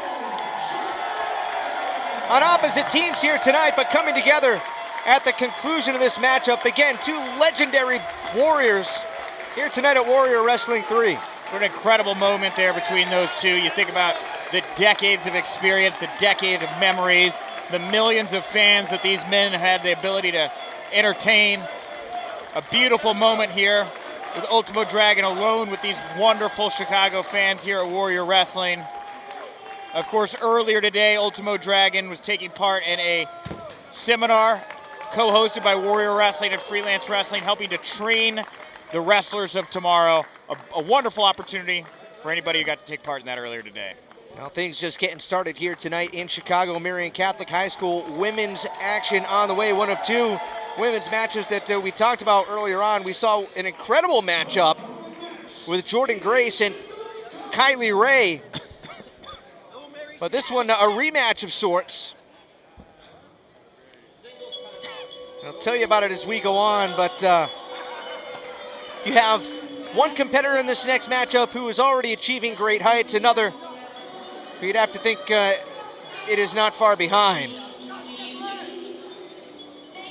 We are talking about Britt Baker and Tessa Blanchard, set to go one-on-one just mere moments from now. Beautiful shot here as the smoke takes over the ring.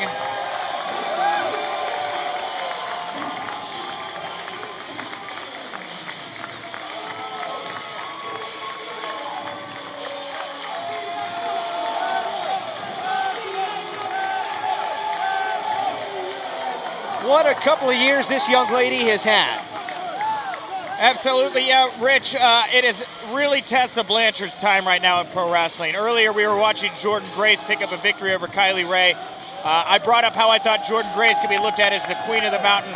I might have to eat my words on that one, Rich. I think we're looking at the queen of the mountain right now. I think we're looking at the best female wrestler possibly in the game, and that is Tessa Blanchard.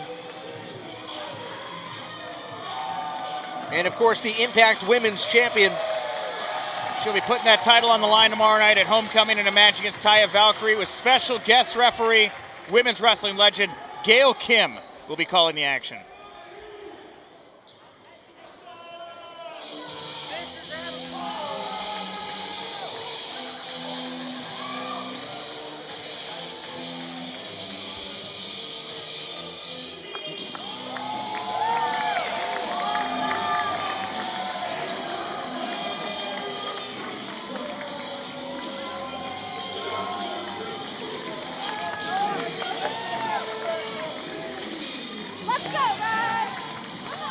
And out comes Britt Baker. That is Dr. Britt Baker. That's true. It's not just a ring gear. It's not a gimmick. She is a legitimate practicing dentist in the Orlando area. I hate dentists. I like Britt Baker, but I hate dentists. You know, I mentioned that this is sort of a rematch in some ways. So a little more than a year ago in Austin, Texas at Wrestle Circus, Britt Baker, Tessa Blanchard put on an incredible, incredible matchup that certainly elevated Britt Baker in many people's eyes. And at the time, Tessa was just starting her rise to the top. So I'm interested to see a year and a half later or so, with as good as these two have become, with all the experience that these two have gained over that time, whether or not they can top their battle in Austin, Texas. Well, I believe that match is on YouTube if you want to go check that out. But I mean, I'm excited for this. This is going to be, these are two of the top women professional wrestlers out there today. Britt Baker does not get enough recognition in my estimation. You're absolutely right about that. And both of these women are also seen hooking up at All In. Of course, they were in the big women's fatal 4-way match, which really set the stage for what I'm going to guess is the women's division as part of this new AEW promotion. Not that either of these women are necessarily involved with that. And Tessa Blanchard, I've had a series of interviews recently where her name has come up. I was talking with Gail Kim actually just a couple days ago, and she told me that she heard rumblings of how good Tessa Blanchard was for months before she actually got to lay her eyes on her. And everything she said she heard about how good Tessa Blanchard is, the pedigree she brings to the game, she's absolutely lived up to that and more. She is a shining star right now in professional wrestling. And that's coming from Gail Kim. From Gail Kim, absolutely. Another name I recently talked to where Tessa's name came up, Rich, the name David McLean. Does that name mean anything to you? David McLean was the founder of Glow, and he's also going to be bringing back Women of Wrestling on Access TV, working with Mark Cuban, and Tessa Blanchard is going to be a centerpiece of that. The founder of Glow. Same thing. He said to me, I heard about Tessa Blanchard for months before I got to meet her. As soon as I sat down, I said, I got to make a deal with Impact Wrestling. I need this woman a part of Women of Wrestling. It is a hot time for wrestling. It's a hot time for free agents. Not that Tessa is, but she's in demand.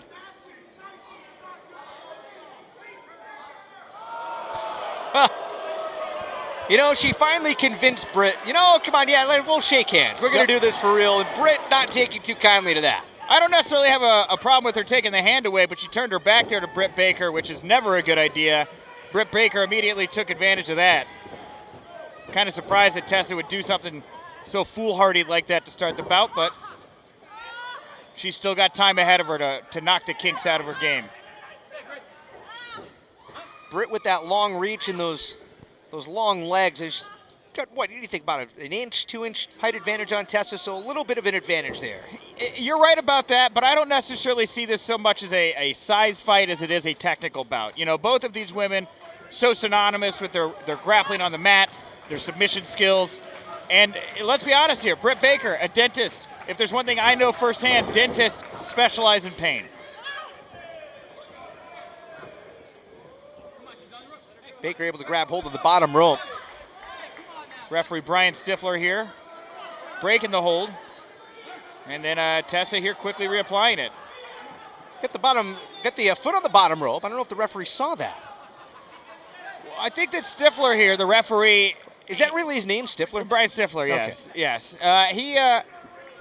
He's had a lot of time in the business. He's refereed a lot of high-profile bouts, knowing how much is on the line here at Warrior Wrestling as we continue to find the landscape for women's wrestling at Warrior Wrestling.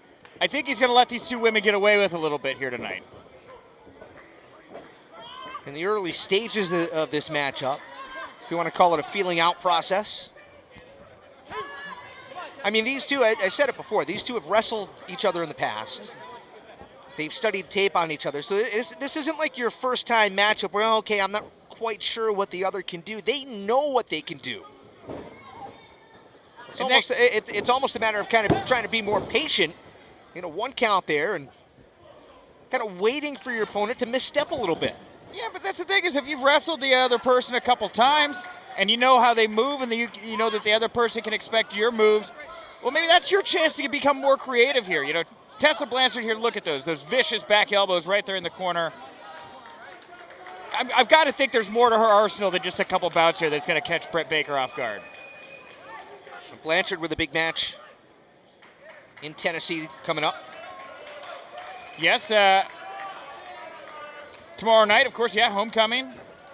Putting the Impact Women's Championship on the line against Taya Valkyrie. And again, Gail Kim will be that guest referee. Tonight we are here in Chicago, Illinois. Tessa getting the 1 count on Britt. Warrior Wrestling 3. Coming to you live on the High Spots Wrestling Network. Rich Bocchini, Nick Hausman. It is interesting to think, Rich, with Tessa Blanchard, the Impact Wrestling Women's Champion, Britt Baker not in the Impact Women's Division, the Knockouts Division, not in WWE, not in Ring of Honor.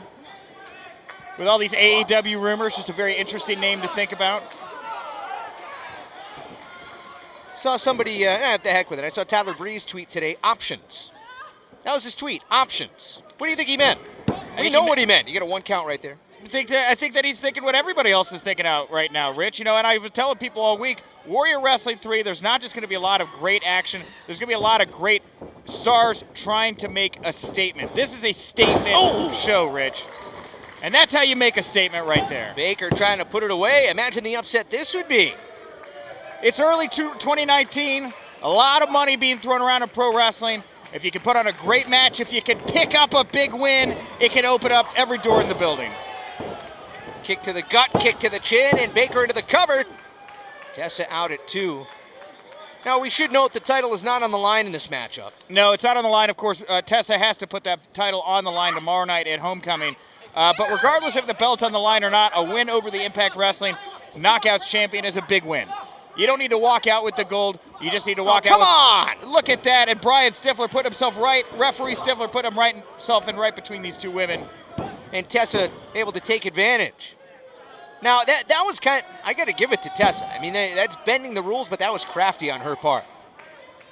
Well, of course, Tessa has a pedigree here of notable rule breakers in the past, so. Well, it's an interesting, I've always thought it was kind of an interesting, I don't know, obviously Tully Blanchard's daughter, but grew up with Magnum TA. Magnum's her stepdad, so you think of the rivalry that those two had. Very interesting to think about what it would be like around the Thanksgiving table for sure. It's just more fascinating to me what she's been able to pick up just through osmosis over the, her lifetime from both her dad and her stepdad. It's crazy to think about. Double knees right into the jaw. And as the business has evolved, Rich, as much as she can learn from those great names, Tully, Magnum, you're not going to see Tully and Magnum doing something like that in the corner. I mean, she has really made a name for herself. She's picked up on the style. She's one step ahead, fast as a cat. Probably for a lot of the younger fans that are watching, they hear the names, Magnum TA, Tully Blanchard, and maybe aren't familiar with them.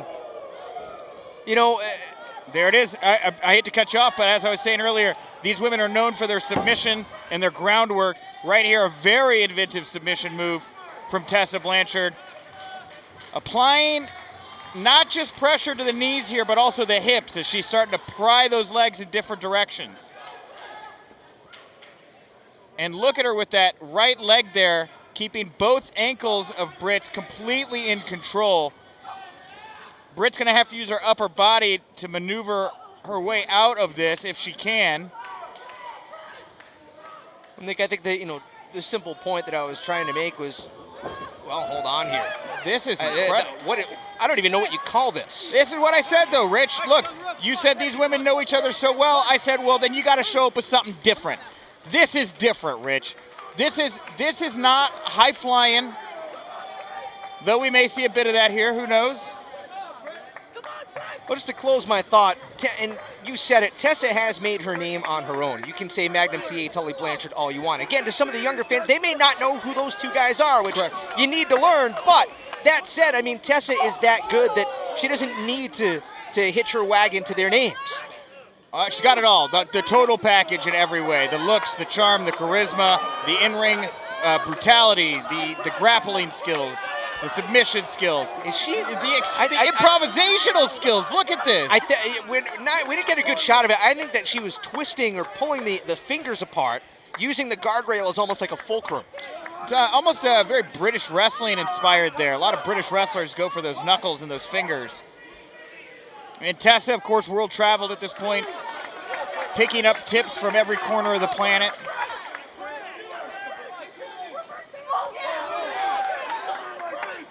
Referee trying to get them back inside the ring. Britt Baker trying to answer back with some offense of her own. She's trying to get the feeling back in that right arm. Well, it's a statement show, Rich, and that's the thing is, you know, as Britt Baker can say, how is the best way for me to make a statement? Is it to pin or submit the Impact Knockouts champion, or is it to leave her in a pile of blood on the outside with her teeth missing? Of course, if her teeth were missing, Britt could put them back in because she is a dentist. She could put her. You're saying she could put her own teeth back in? Well, of course, I saw her fixing her jaw earlier. I think that, you know, that helps her. Cover. And Blanchard going right back to work on the right arm. Excellent, excellent. Another submission here from Tessa Blanchard. Look at those shots to the underarm. And it's not just that she's putting Britt Baker in knots. If you notice, every time she ties her up, she always has one or two hands free to be able to punish with blows at the same time. Uh-oh. Ooh. Stop it on the hand that was whipped into the guardrail. Over the past year or so, Tessa, to me anyway, has developed a lot more of an edge in her in-ring work. She's been pushed there. I mean, when you're taking on the best female talent on the planet every night of the week, and sometimes male talent as well, as Tessa's had some incredible intergender matches. You know, the first couple bouts, you've got some hesitance. You're learning your way. Tessa's so far beyond that at this point.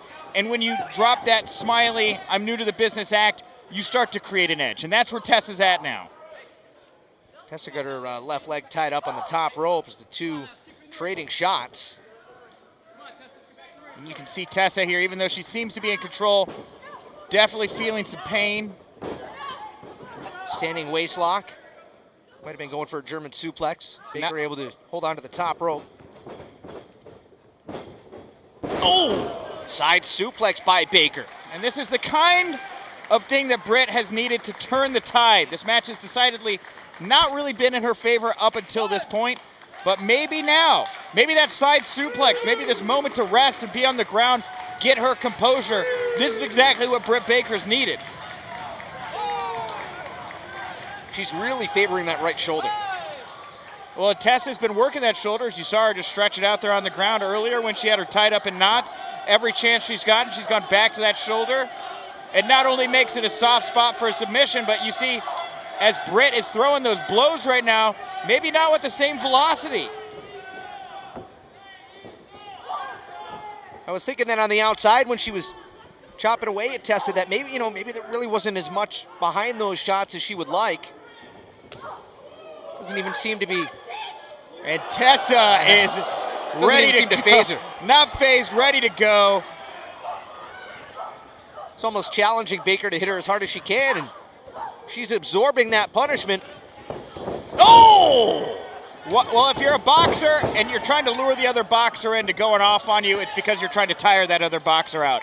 That may be the strategy here with Tessa. Let Britt exhaust herself in a flurry of energy and then find an opening. Sling blade and Baker into the cover for the upset. Well, if that was the strategy, if I'm Tessa right now, I'm starting to rethink that strategy because this has gone on too long. That sling blade really hit its mark. And look at Britt Baker. You can see the glimmer in her eye that she knows she's got a real opportunity here. And all it takes is that split second to turn it back around. And you got to keep on them. You can't get them to their feet. You got to be hitting them at the same time. She's picking that up from Tessa. Baker was thinking fisherman suplex. Attempted a snapmare. Oh! That was very inventive there. That full Nelson into a face buster. And Baker's still able to power out. Seen a lot here from Tessa tonight that I haven't seen yet. Maybe this is a chance for her to try out a couple things she's thinking of using on Taya Valkyrie tomorrow night. But you can't think ahead in a situation like this. Baker trying to steal it. It's all about right now. Regardless, as you said, whether or not the title's on the line, for Britt, that would be a huge momentum builder. But for Tessa going into a title match tomorrow night, you know what does that do to your psyche to go in with a loss? Well, here she is. Oh, trying to go for something high risk. Oh! And maybe that's why she missed, Rich. Maybe she's thinking ahead. Ducks under the clothesline. Wow! Face first, big cutter right in the middle of the ring. That could do it.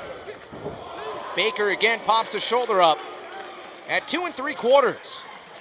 Man, Well, and that's what I was getting at, Rich. What does that do to the psyche? I mean, I think we're seeing it right there on Tessa Blanchard's face. That's what it does to the psyche. It breaks you. You realize if one domino falls, the next domino is going to fall. Tessa's starting to get mad. Spitting on the ring.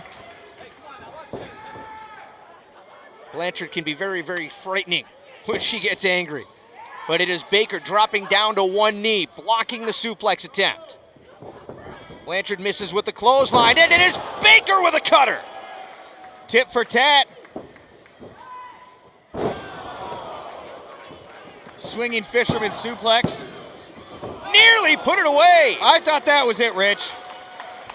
And you can hear everybody around us right now on their feet applauding. Hard to top that big female bout we had between Jordan Grace and Kylie Ray earlier. These women giving them a run for their money, Rich. I thought Baker might have had it right there. As you said, Nick, I call it a fisherman neck breaker, what have you. But Blanchard very quickly has found herself in dire straits. And this is Britt's opportunity. Took a little too much time setting up for that right kick. on her head. She dropped Britt right on her. I hope she is okay. That was vicious. That was gnarly.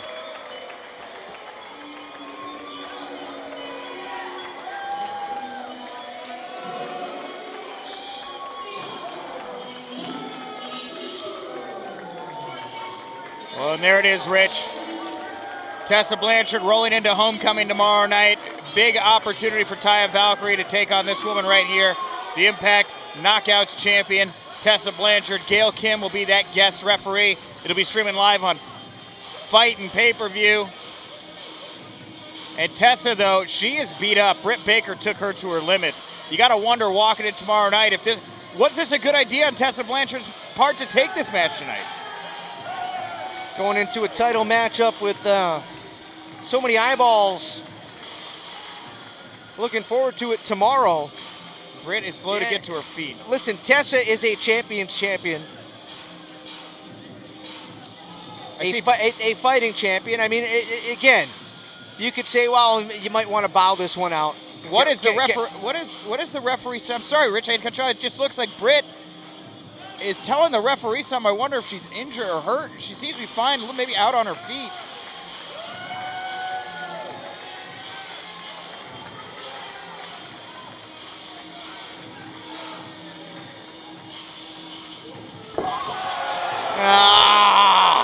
You know, there I was about to say, Tessa Blanchard, a champion's champion, a fighting champion. Why? Well, why, Tessa? Well, like I said, Rich, she's top dog right now. She's the champion. She's got to send a message, and oh, whoa! Jordan Grace out of nowhere! Oh! Jordan Grace out to save the day, if you will. Now all the referees and some of the ringside personnel. Thick Mama pump all over Tessa Blanchard with big fist forearms, kicks. What's she doing here?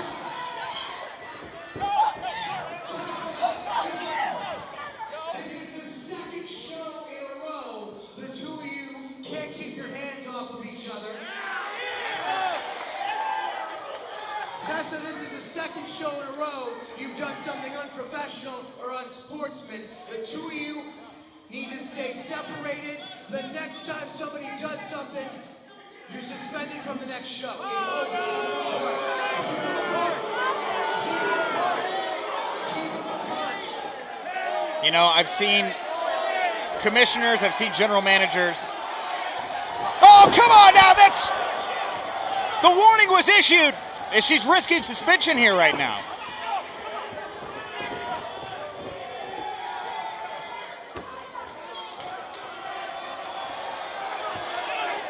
And she's, defiantly holding that title up. Well, she was kicking dirt on the Progress Women's title there on the ground. Very disrespectful. Can you imagine seeing the matchup between the Progress Women's Champion and the Impact Women's Champion. Tessa is being escorted to the back. Well, Jordan Grace now, of course, in Impact Wrestling. maybe new hunting grounds there for Jordan Grace. That was very unexpected here. Well, we still have lots more to get to here tonight. We're going to take a break here, head to intermission. Coming up here in the second half of our event, we're going to see Austin Aries battle Eddie Edwards. The Lucha Brothers are here tonight. They're going to take on Team White Wolf. And what a main event we have. Brian Cage versus Bandito. That and much more on the way. But right now, we're going to take you back to our last Warrior Wrestling event. Nick, this match was pretty awesome, wasn't it? It was great. It was the War of Attrition match to crown the first ever Warrior Wrestling champion. 8 of the hottest superstars on the planet. And we're going to go to it right now. Rich. 2 teams of 4. They compete. The winning team is then split into 2 tag teams. Right. The winning team, or the man who scores the first pinfall gets to pick his partner. Correct, yeah. So, we look at, for example, here, we see Rey Mysterio, Austin Aries, Rich Swann, Jeff Cobb. That's one team. If they pick up the win, you can see Rey and Aries versus Swann and Cobb possibly here in the second stage. But the other 4, their other 4 opponents, they disappear. They're out of contention. They're not going to be able to become the Warrior Wrestling champion because they're going to be eliminated from the match.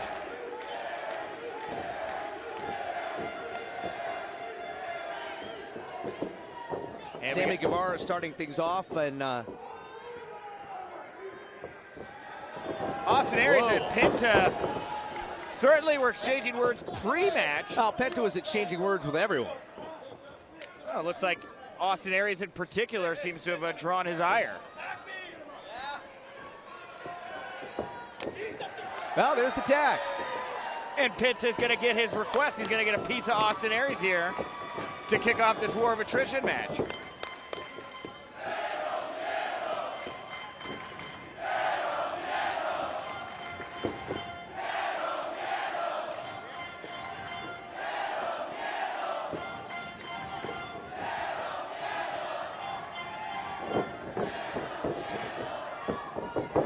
Penta, L0M, and Austin Aries. Aries, the Impact World Champion. Yeah, and these two have certainly shared space here at Impact recently, as they've been top contenders there, or top competitors there. Aries, of course, top of the mountain. And Penta, I think, is a bit upset that he's being so disrespected here by Austin Aries. And Aries is saying, fine, let's work this out. Test of strength style. And Aries doesn't want any part of it. He was yapping at Brian Cage. Penta's playing a lot of mind games here tonight. Whoa! And that's inappropriate for Warrior Wrestling here. Giving him the one-finger salute, he does. And now...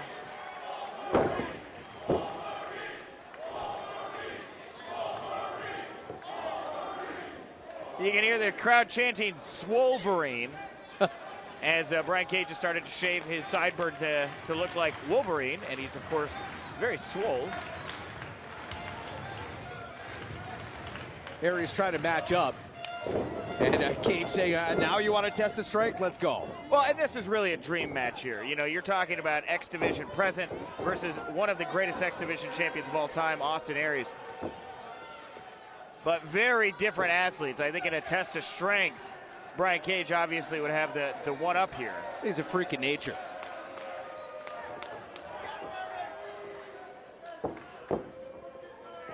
Just gonna lock up fingers here.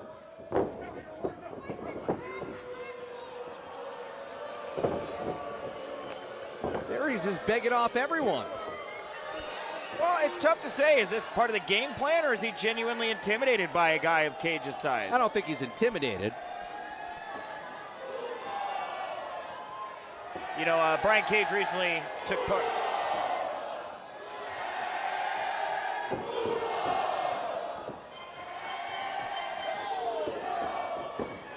And Penta El Zero. You can't say that at this place. Yeah, Penta's getting away with a lot here at Warrior Wrestling. Yeah. You know, there's a bit of a language barrier, I guess, but Are we finally going to get to action here? That's Ray Phoenix in the ring now. Of course he tags out. Aries tagging in Rey Mysterio. you know, I'm a little surprised by that. You know, in this match, you don't need to get pinned in order to be eliminated. What are you talking about? Well, that's the thing is, if Aries isn't in the match and, Ray gets pinned here, that whole team's eliminated, Oh, I see what you're saying. Yeah, I'm surprised that Aries would relinquish control of the match over to one of his teammates when he could very much Well, he is a control freak, isn't he? Yeah, I would think he'd want to be in there, taking control, making sure he's going to advance to the next stage here in this war of attrition. Maybe he knows that Rey Mysterio is just slightly better. If you're looking at Rey Fenix there, I mean, who better to send into the ring against Rey Fenix than Rey Mysterio?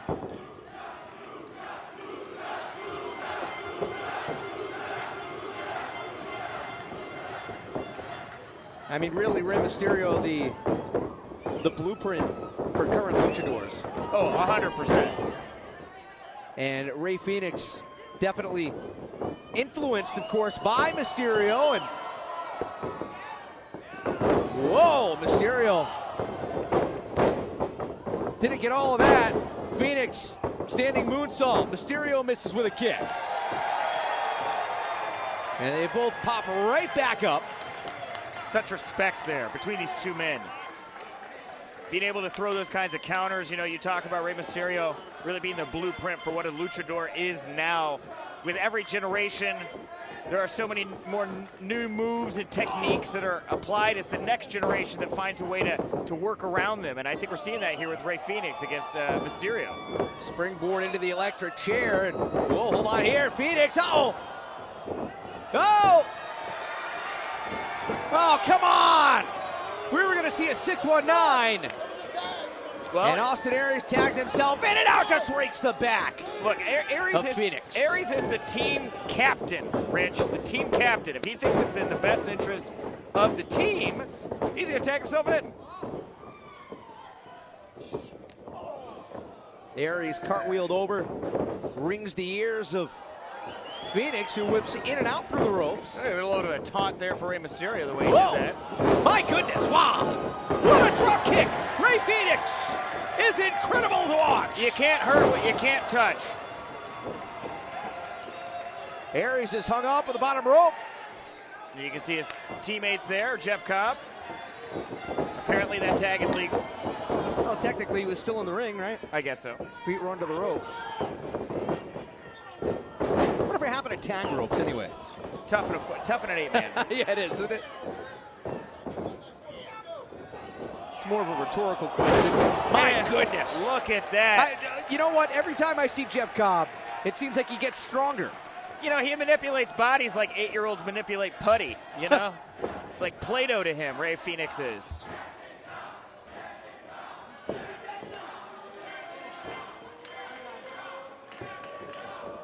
The former Olympian. Oh, it was all a ploy. I guess he didn't reign supreme there. Uh-oh.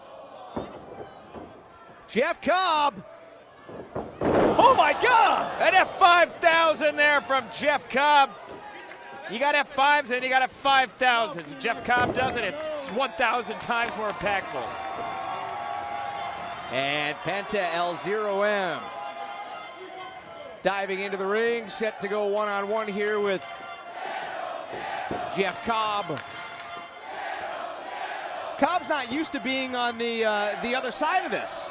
He's used to having the fans behind him. Yeah, well, I mean, Penta's got them in the palm of his hand right now. He's got an edge to him.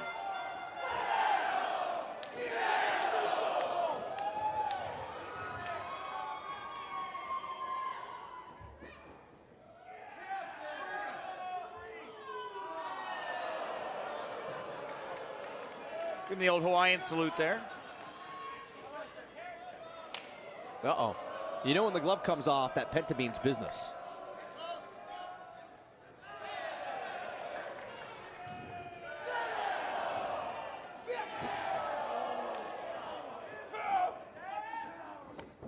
Jeff Cobb doesn't get intimidated by much. Oh, man! Penta punting Cobb's cheekbone and then delivers a devastating sling blade. And Cobb's out on his feet. My God! Canadian Destroyer! On a man of that size, the mass you have to manipulate and move around there. But here's Rich Swann. Fresh legs in the ring.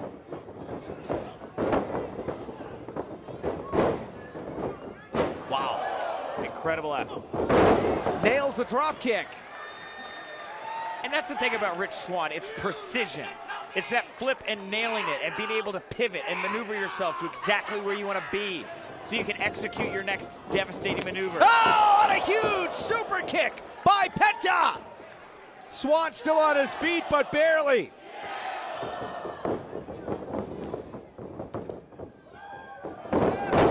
Somehow Swann finding the strength to whip Penta across the ring, and now here comes Sammy Guevara. Now Sammy Guevara, arguably the freshest man in this match. Whoa, nobody home. Finally nails the running shooting star press into the cover, and there's Aries to break it up. When in doubt, just keep doing backflips till you get one of them. You know, that was really incredible there. Guevara standing face to face with one of his idols growing up in the Houston area. That's right. Rey Mysterio gets nailed with a high knee by Sammy Guevara. And the youngster full steam ahead. Counter by Mysterio. Spike DDT! Vintage Rey Mysterio there. Mysterio wisely going after the legs of Brian Cage, kicked at the thigh. This is where Mysterio's speed is going to be imperative. To the top rope. Ah, seated senton! And you think about all the great battles Rey has had with big men over the years. The Big Show, Kevin Nash. Ooh, countered. Looking for that. Brian Cage with a devastating suplex. You know, that's the thing, is Rey Mysterio's had to deal with so many big men throughout his entire career. Great Khali, Mark Henry.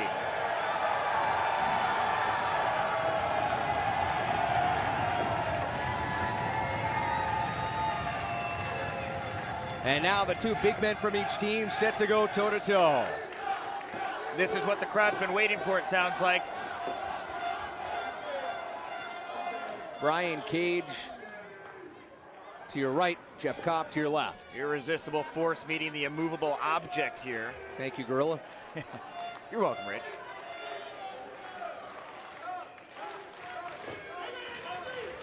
And Brian Cage is a reigning champion. Cobb giving Cage a free shot, connects with a forearm.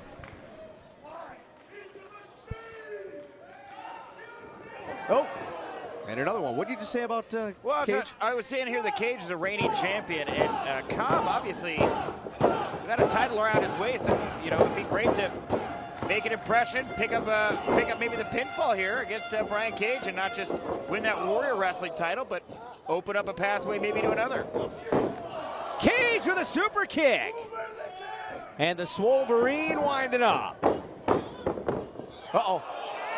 Oh my goodness! Tour of the Islands! How does a guy like Jeff Cobb do that?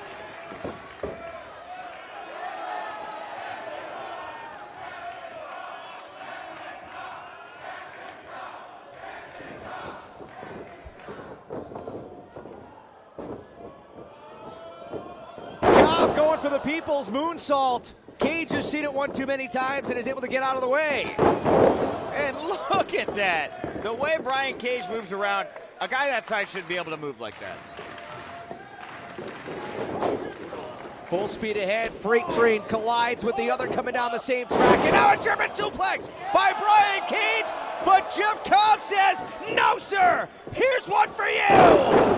That.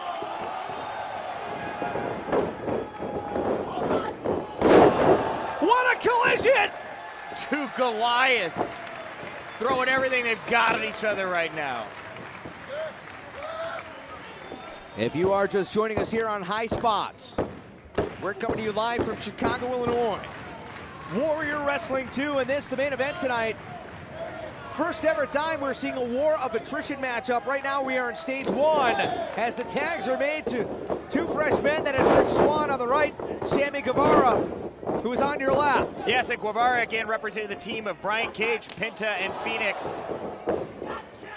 Oh man, Swann with the run-up, sending Guevara flying, and out. Swann over the top. goes Phoenix. Swan able to get over there. Oh, Whoa, dive at the, or poke at the knees, I should say. And now Phoenix, like a tornado. what's he got in store here? Penta trying to take Cobb out. Well, somebody's got to do something here. Jeff Cobb's on a warpath at the moment. He can't be thinking of doing what I think he's thinking of doing here right now. I think he is thinking of doing what you're thinking he's doing.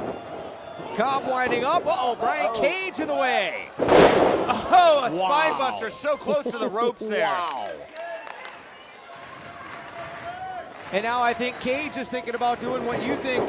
I think he's gonna fly. Oh, Brian Cage cleared the top rope, takes everybody out, and lands on his feet. They're skipping rocks and they're throwing boulders in the pond, and that was not skipping rocks.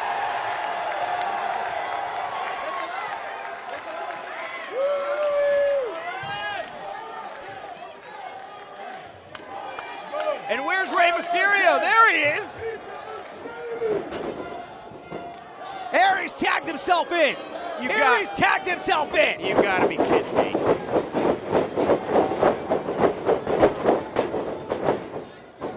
Here comes Aries. He runs right into a kick. No, Mysterio. Rey said all he wants to do is hit that 619.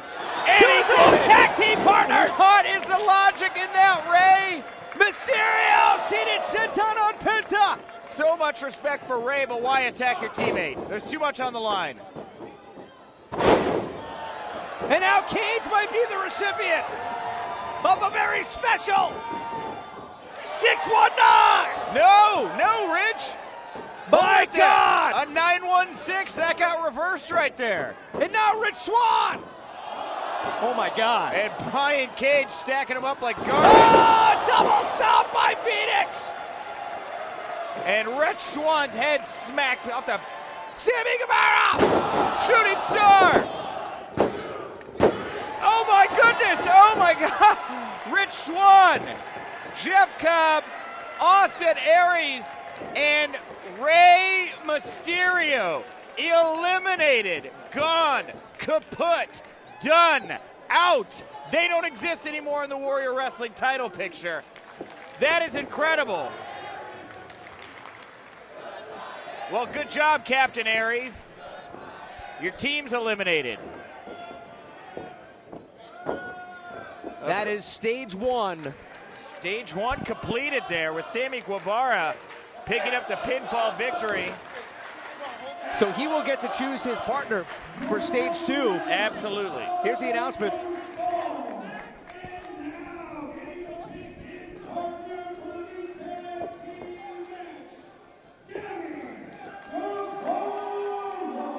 Now Sammy will choose between Brian Cage, Pentagon, and Phoenix. Wow.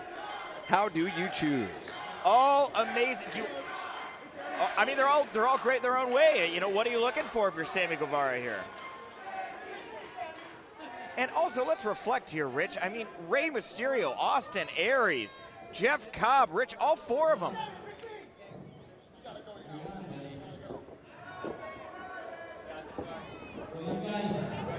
Including you guys in the ring. Hell, let's hear it for Rey. Let's hear it for Cobb. Let's hear it for Swann.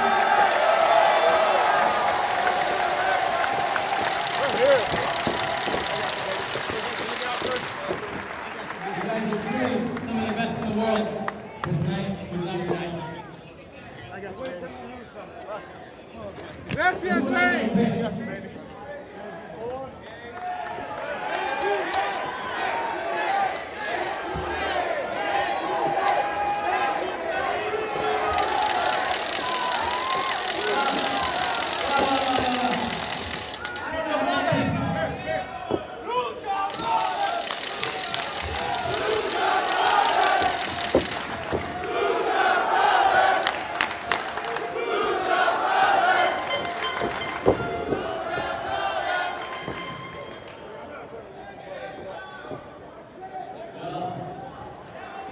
Before I pick, I don't know how many people are watching, but you guys should all go to Sammy Guevara on YouTube and subscribe.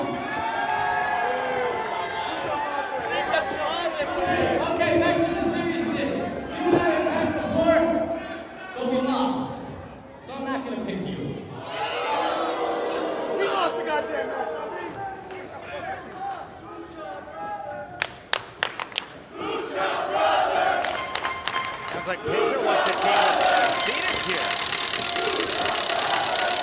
And you, I beat you at PWG, so I'm not gonna pick you either. I choose Pentagon Jr.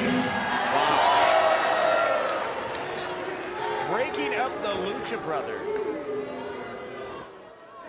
Of course, the Lucha Brothers, Penta and Phoenix. You know, I was kind of half hoping that the other team would win so we could see Mysterio and Aries go at it. You know, I think that's what a lot of people were thinking, Rich. Kind of hoping that they would go down that road, right, and be the last two. That's kind of what we were hoping, so we could see Mysterio perhaps shut Austin Aries up. You know, but that's the dangerous part of a war of attrition match here, Rich. Like I was saying, if you're not tagged into the match and your teammate gets pinned, you're out of the match too. You had 3 great competitors go down in Jeff Cobb, Austin Aries, and Rey Mysterio because Rich Swann couldn't get his shoulders up for a 3 count.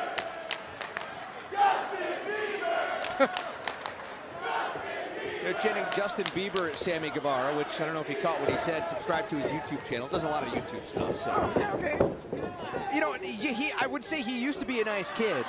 In the last year or so, I think his relative success has maybe gone to his head a little bit. He's become very brash and arrogant. Undeniable, Rich. You know, he went down to Mexico. He's been doing some great work, like you said, for Crash, for AAA, and he's really found himself down there. And I think maybe he's gotten a bit cocky with the way he's being treated down in Mexico, where he's a real star there. Only a matter of time till he's a star here in the U.S. as well. Certainly on that path. And Brian Cage enters the match. And there are men that enter a match, and then there are men that enter a match. Yes, they do. That's how you enter a match right there. Stage 2 of our main event. War of attrition matchup as Guevara gets whipped into the turnbuckles. Traditional tag team matchup. Guevara picked Pentagon as his partner. As the winner of the first fall, Guevara had the right to do that. Oh, wow, what a clothesline. You know, but I mean, it's a smart move here. Quick cover here to advance, no. It's a smart move, in my opinion. You don't want to let the Lucha Brothers team up. They know each other too well. It sets them up. It's such an advantage over Cage and Guevara, who really haven't tagged together. Just stand, right? Just stand. Oh! And you got to think with Phoenix and Pentagon, you know, being the most well-known luchadors probably on the planet outside, you know, Rey Mysterio right now. Maybe a little bit of a grudge here with Guevara, you know? Really delivering those chops is Phoenix. Now picking up some steam. Momentum off the ropes. Big leg drop. Cover and Guevara. Yeah, I mean, Sammy Guevara coming in from the States here down to Mexico, stealing the show. Now we are here, and he likes to call himself Mr. Money's Worth. Not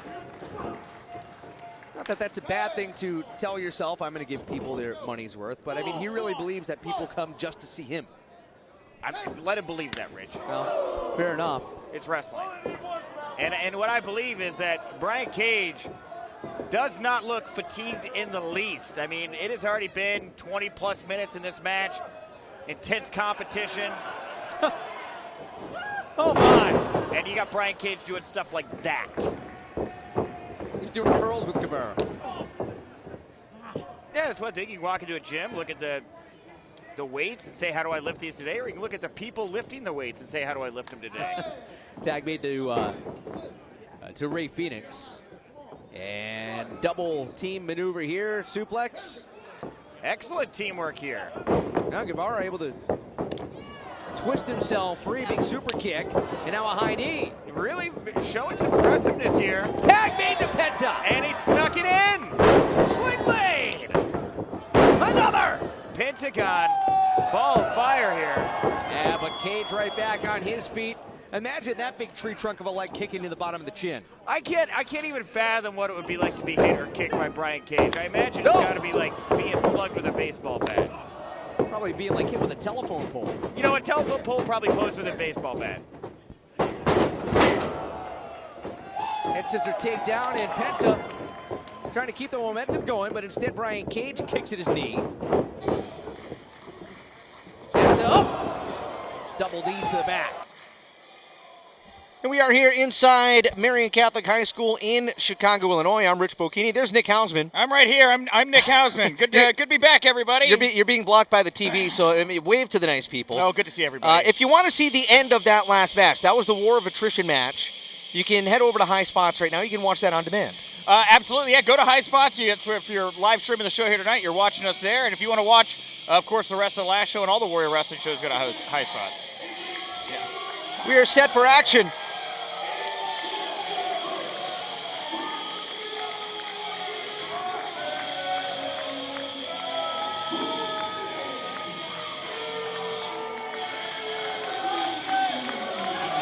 One of the most controversial figures in professional wrestling today, Austin Aries, last seen on national television at Impact Wrestling's Bound for Glory pay-per-view, where he was in a very heated confrontation with Johnny Impact, the current Impact Wrestling champion. And of course, I said he's the most controversial man in pro wrestling right now. It's because he controversially stormed out of that ring, flipping off the crowd, being very vulgar.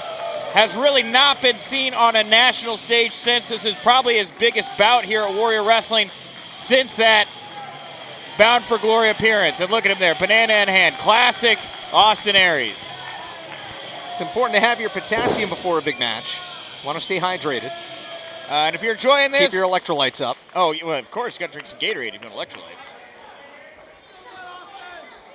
You notice he seems a little... I don't want to say naked, but I mean, at one point he was the belt collector, Austin Aries. Very stripped down. Right about that.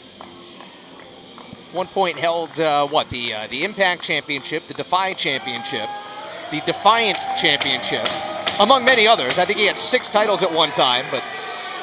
Well, wait a minute here. Eddie Edwards with a kendo stick. And watch out! Whoa! Hey! That's a thin stage up there.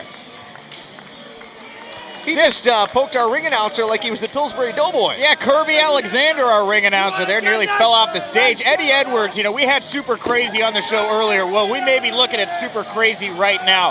2018, a dark, twisted spiral for Eddie Edwards. Bashed in the face with a steel baseball bat by Sami Callihan. Came out the other side a vicious man looking for blood. He went after Sami Callihan. He's got Moose tomorrow night. He's been mentored by Tommy Dreamer. And of course, Tommy Dreamer is the one that gave him that kendo stick that he has found an obsession with as of late. How many athletes have you seen that... Oh.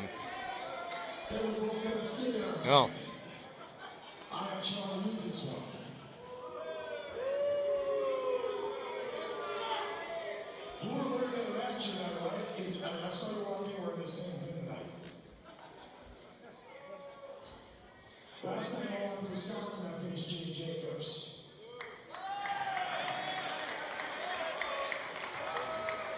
Jimmy Jacobs is a writer for Impact Wrestling. That's what that match had the last night. I'm not talking about wrestling. And I know you have a big pay-per-view match tomorrow. Well, not that big.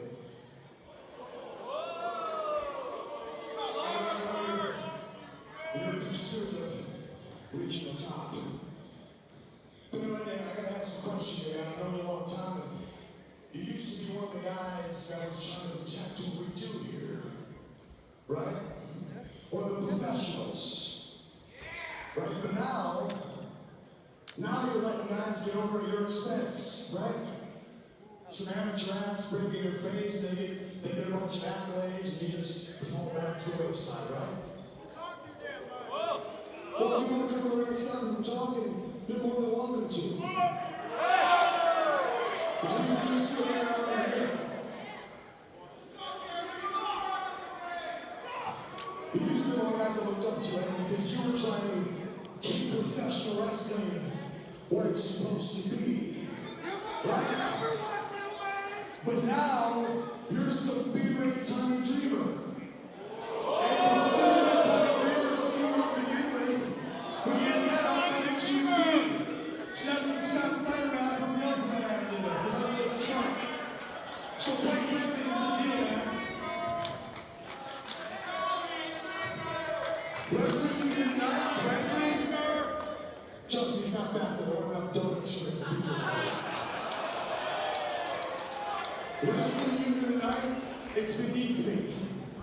It ain't worth my time, but more importantly, I think about your future. Because what if you missed that big pin tomorrow? What if you got hurt here tonight and you couldn't show up? I mean, who would they find to replace you?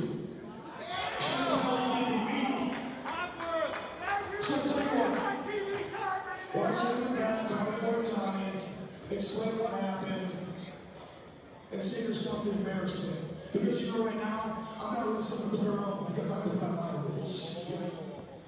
Austin, you play by your rules. Imagine that. And look how far it's gotten you, Austin. Look how far it's gotten you. You used to look up to me? Won't even go there. I won't even go there. I won't even go. You know what? I like that you don't want to wrestle. It's beneath you. That's right. You know what? I don't want to wrestle either. I don't want to wrestle. Yeah, guys, I'm sorry. I don't want to wrestle here tonight. Austin, I do want to fight.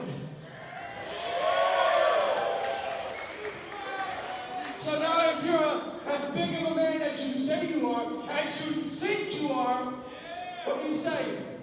Fight me, Austin! Fight me!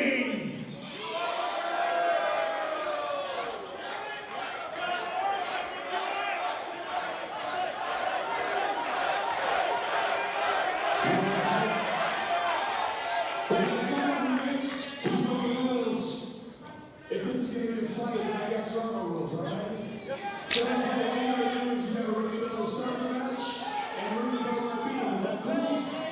Oh, cool. Take the mic and ring the bell. Oh, God, that is The bell hadn't even rung yet. textbook Austin Aries. Man, oh, man. Austin Aries said once the bell rings, it starts. Couldn't even wait for the bell to ring. Stole the, turnabout fair play right there. I was going to say he stole the Defy Championship at one point from Shane Strickland with a very similar maneuver. You know, this is a no disqualification match. I'd be remiss if I didn't point out that was a no DQ promo session there between those two. A lot not left unsaid there. Eddie Edwards with the kendo stick winded up. Whoa, big swing and a miss. Aries smart enough to get down like that. You know, look out for Edwards, suicide dive. You know, for all the brashness, for all the bravado, for all the controversy, Austin Aries is still a skilled veteran. Face full of water. I think the couple of the fans in the front row took a shower as well. Oh. Somebody took a bath with that one. And Eddie Edwards to boot. Now, Eddie Edwards, of course, known for most of his career as a tag wrestler, but here he's got a banana. He's got Austin Aries' banana in his hand. He has what? He's got Austin Aries' banana in his hand. Look, he does. Oh, he's eating that banana. Oh! I think Space Monkey might be a little mad. He's probably losing his mind in the back, isn't he? Space Monkey's probably run out of the back and is eating it in the crowd now. Space Monkey is here tonight and will be in action in just a bit. Where you going? And Eddie Edwards on the hunt here on the outside. Oh. And one more time, I'm not sure how low Aries got him right there, but this match spilling out towards the entryway. Wow. Oh, man, that was like an M80 going off. There's something very menacing about Austin Aries. But you were saying earlier how there's something menacing about Eddie Edwards, too, how like a switch flipped at one point after taking that bat off the head. I was going to make the point earlier, how many times have you seen athletes whose lives were dramatically changed for the worse, personality-wise, after a concussion? Guys that just can't keep their thoughts together. They can't keep their emotions in check. Is that what you're seeing? Oh, what you're seeing from Eddie Edwards? That's absolutely what I'm seeing from Eddie Edwards. You know, it's affected not just his in-ring ability, it's affected his marriage, his relationship with his wife has really run afoul. It's affected his friendships. Once very tight with Moose, those guys are going at it at a Falls Count Anywhere match tomorrow night at Impact's Homecoming. And Austin Aries here really rubbing salt in the wounds. I mean, you've got a guy here who's soft up top anyway mentally. Obviously can react there, but he's soft up top mentally, and you got Austin Aries coming at him with all these aggressive verbal tactics before the match, really trying to get into Eddie Edwards' head. And Aries here begging Eddie Edwards right now not to hit him with that kendo stick. Groveling, and Eddie Edwards is psychotic. He's been spending time in a mental hospital recently, if you haven't known. Even been consulted by hardcore legend Raven inside a mental asylum recently. Well, concussions are nothing to joke about, to laugh at. But and Aries has got that kendo stick. Well, Edwards, I would say,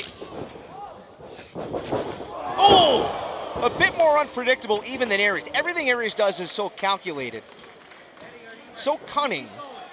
And you see Edwards with his hand over that left eye. That was the one he got the baseball bat in, correct? You're right. You are correct about that. And that really is the difference here with, oh, wait for a second here, Aries. What has he got in mind? Oh, man, with the kendo stick. Aries, there's a method to his madness. I think with Edwards, it's just madness. I don't know that there is a method. It's just straight chaos. Oh! You know, how do you really fault Eddie Edwards, though? I mean, if you really want to go back and lay blame, you got to look at Sami Callihan, right? Yeah, and you know, honestly, that steel shot, that steel baseball shot to the head by Sami Callihan. Aries into the steel guardrail, and that popped up, and man, I hope everybody's all right in the front row. Yes, but yeah, for all of the damage that Sami Callihan did, it really has resulted in a more vicious, more driven, more determined Eddie Edwards. You know, Eddie Edwards was known primarily as a tag team wrestler through most of the 2000s, into the 2000 teens.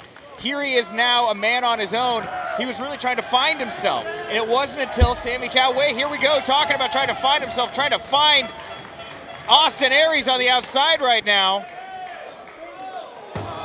There goes the trash can out by the, just cuz.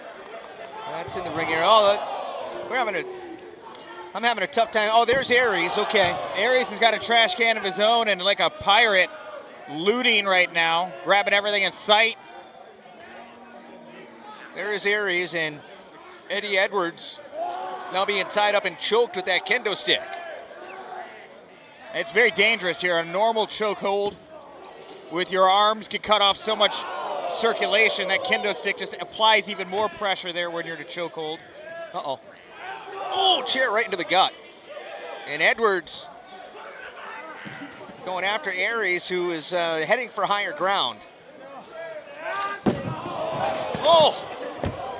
Trash everywhere. I think that trash barrel might have bounced off a couple of fans at ringside, huh? And Austin Aries is down on the outside here. He is showing some real fatigue. Eddie Edwards has just been on the prowl. I keep saying on the hunt because, of course, he was an American Wolf, and he was one of the Wolves in Impact Wrestling. But yeah, again, you know, transitioned successfully out of that tag team role. Now a man on his own. He's found that edge. He's found that desire. And, you know, he's been making his way. Maybe not exactly where he thinks he's wanting to go. Maybe he sees himself. Oh, Aries with a well-placed knee drop. I think he sees himself maybe going for a title, but he seems to be getting derailed every so often by characters that keep getting in his periphery. Well, Aries taking advantage, going to the top with that kendo stick.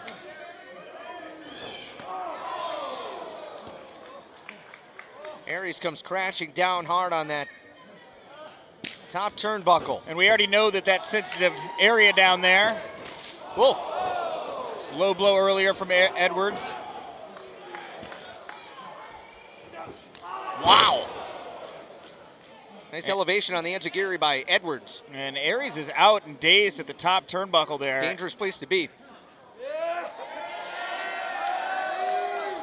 Avalanche suplex on the way. Aries countering it with big blows. Oh! Uh-oh. Oh, no. Oh! Oh, wow! Sunset flip powerbomb! Into the left into the horns of Aries! Oh, there it is. And Aries, he gonna get Edwards to tap out here. You can see, oh, he's fish hooking him in the mouth. Edwards chopping down! That is illegal in an MMA UFC bout, but of course there's no rules here. This is a fight. And Edwards is biting down on that finger. Aries got free with the discus 5-arm. And Edwards is down. And Aries finally starting to get control again. He doesn't want to lose that. He took a beating for so much of this match already. Wrapping that T-shirt around the throat, the jugular of Eddie Edwards. And what does he have in store for him here? Apron, Death Valley driver, no. Edwards with a knife edge chop. Digging down, he's got to do anything he can to stave off Aries right now.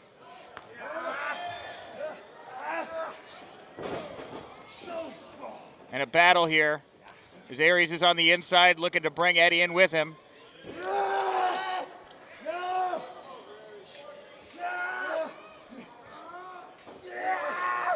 Edwards is looking for a suplex to the outside. Oh! That'll give you neck problems. And Edwards now even further damaged. He reached under the ring. It looked like he grabbed something there as Aries is in the ring with his kendo stick. Ooh, oh, right across the neck. That kendo shot to Eddie Edwards, and he's down again. Aries starting to feel his mojo coming back. Little Lesnar-style shuffle there, mid-ring. Aries gonna wind up. Oh, and Edwards meets him halfway. And look at that face. That is the face of a madman. Eddie Edwards has been pushed to such extremes here in the past year, and it's all flooding back to him as he starts to grab everything in sight and just shovel it into the ring. I'm talking pie tins, pizza crusts, beer cans, beer bottles. It's all in there. Another kendo stick, 2 kendo sticks. It's starting to come across like a Dr. Seuss book in here, the amount of things that Eddie Edwards has thrown into the ring at Austin Aries. That's pretty good there. Oh my, all the things you'll find. All the things you'll find, and Eddie Edwards putting Austin Aries where a lot of people in Impact Wrestling Management think he should be, in the trash can, I think. Brutal blows here, one after another. Think about how loud that is inside that trash can. Oh, no kidding. In here, it sounds like thunder. I mean, Aries is only seeing the thunder. We're seeing the, or hearing the thunder. We're seeing the lightning here crash down on top of him. And look at that, Austin Aries just giving him the finger shades of Bound for Glory. Oh, wow! That must have touched a nerve, I think, with Eddie Edwards. These. Oh, wait, hold on here. Hold on. Oh, look at this! Oh, my God. Hordes of Aries! Oh, my God. It is Aries' own move! With a kendo stick, Aries busted open. He has no choice but to say, I quit! Oh, my goodness. Tapping out. Wow. Oh, my God. Oh, wow. Excuse my language. Wow. Wow.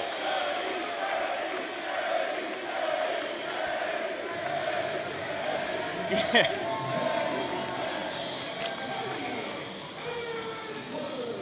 I totally missed what you just said, so yeah, that's fine. Here's the thing, Rich. Austin Aries said a lot of very sensitive things about Impact Wrestling, Eddie Edwards, to start this match. I don't think Eddie saw a lot of that coming. He was looking to come out here, wrestle. He wound up in a fight. You know, I think that moment there where Aries channeled the closing moments there, Bound for Glory, where he flipped off Johnny Impact, come out, clean up that trash. Stormed out of the promotion. Was that when? That's when he flipped off Don Callis too, right? He flipped off Don Callis. I think Eddie Edwards staring this guy down, who's so blatantly disrespecting him, disrespecting the company he's going to go work with tomorrow night. I think that triggered him. I mean, that was a hellacious kendo shot there. Opened him up right in the eye, exactly where Sami Callihan opened him up. I think he touched a nerve there. Austin Aries, he's made some enemies in this business.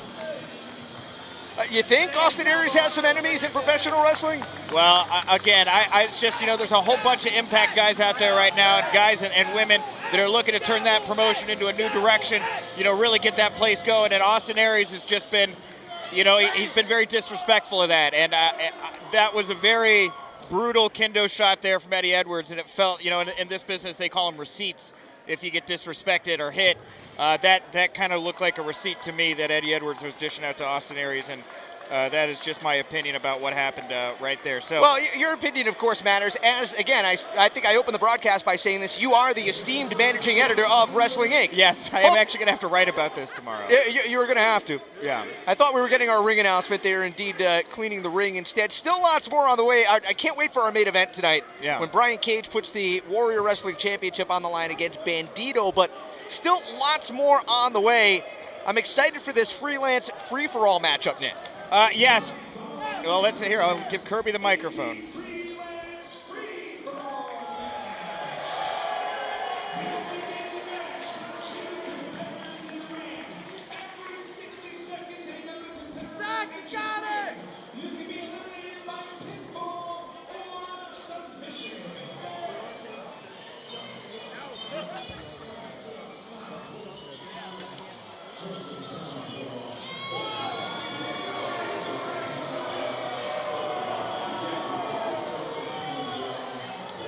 WWE Network superstar. Oh, sure he is.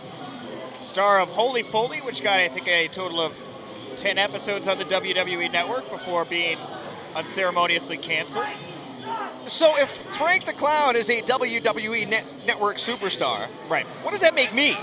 That makes you former WWE SmackDown commentator, Rich Brennan. NXT. Let's keep it with NXT. Never mind SmackDown. NXT. I mean, look, yeah, okay, yeah, sure. You've also got a pedigree here, but Frank the Clown. Let's talk about a pedigree. I'm not saying that to put myself over. I'm saying that because I'm not. Oh, I'm sure. not. Okay, got it. What I'm saying is I don't know what you're going to say about Frank. What I'm going to say is what I've said before. This is the epitome of riding coattails. That's what Frank the Clown is. He rides everybody's coattails. He's famous. He's like Paris Hilton. He's famous for being famous. Well, you look, Paris Hilton is worth like $1 billion. I guarantee you he's not. Look, you're telling me this man right here, modern day white prince, isn't worth maybe $1 billion? I'm not really sure. Frank the Clown is, and he's the, it's sports entertainment. Frank the Clown, it puts the E in the SE. He's the entertainment and the sports entertainment. Just wait. It looks like he's got a microphone, Rich, and just let him speak. The most recognizable, quintessential, worldly renowned, international icon, and lest we not forget, WWE Network megastar. Megastar. It is I, Mr. Warrior Wrestling, Frank the Clown. Now you see, I have been a staple of Warrior Wrestling since its inception. I have been a special guest referee.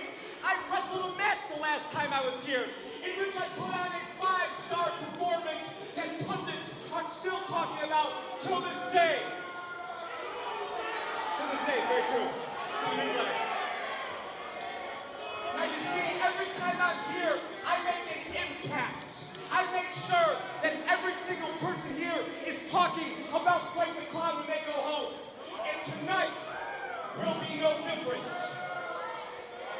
Because in a moment, some of the best wrestlers in not only Chicago, but all around the world are going to shut their way out here to have a chance to have the spotlight shine on them. You're going to see wannabe rappers with rainbow hair. You're going to see pirates. You're even going to see a monkey. But most importantly, you are going to see a winner. And not just any winner. It will be a winner like the Philadelphia Eagles will be a winner over the Chicago Bears tomorrow night. It's a low blow.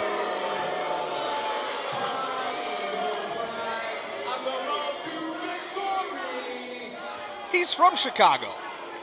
Because you see, wherever Frank the Clown goes, success follows, baby. And I only associate myself with the best. So with that said, ladies and gentlemen, I give to you my best friend, my confidant, and the inevitable winner of tonight's match. On your feet, from my main man, Robert Ego Anthony!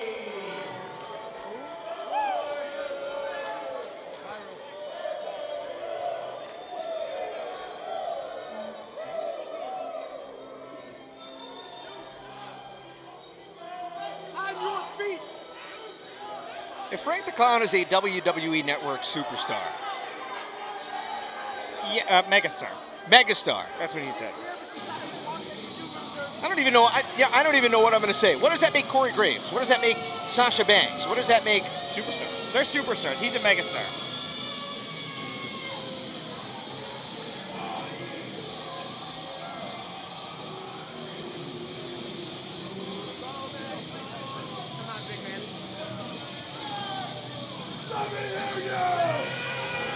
Right now, this is Robert Ego Anthony. He and Frank the Clown have become a duo in freelance wrestling. I hate to say that Frank is Rob's manager because they're more just cohorts. Of course, like Frank pointed out, he wrestled at the last show, so he is capable of in-ring activity. But tonight, I do believe he will just be ringside supporting Robert Ego Anthony, who is in the ring right now. Of course, Mr. Anthony made an impromptu appearance on commentary last time here at Warrior Wrestling. We're very happy to have him at table side. Certainly memorable. So Frank the Clown, who has found somebody else to hitch his wagon to. I guess Noel's not enough for him, right? No, you need beefcake.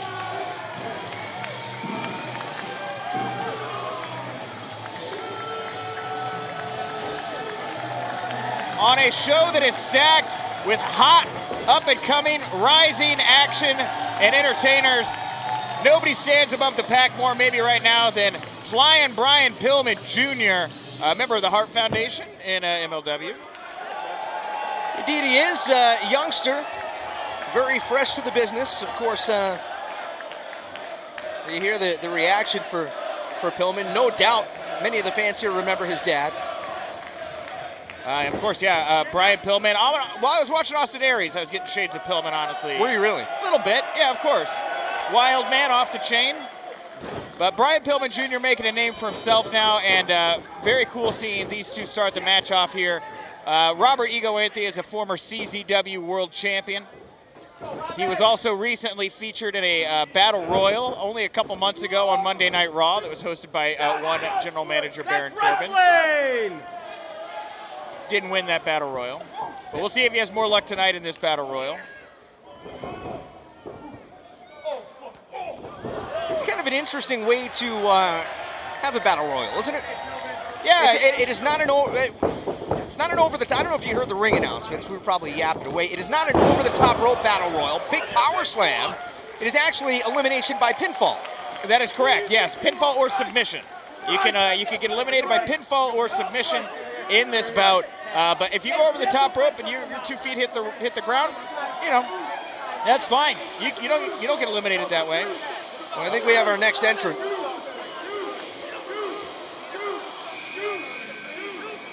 No, that right there, that is Joe Alonzo Jr.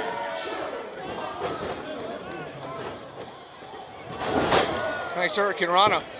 Yes, Joe is a luchador-inspired flyer here from the Chicagoland area. Oh, and the pace is certainly quickened here with him and Flying Brian in the ring together. Nice. Dragging Pillman down. And shades of Chris Jericho there with that springboard moonsault into the... Oh, and Robert Ego Anthony planting. Joe right in the middle and a quick elimination there, and it is back to just being Robert Ego Anthony and Brian Pillman Jr.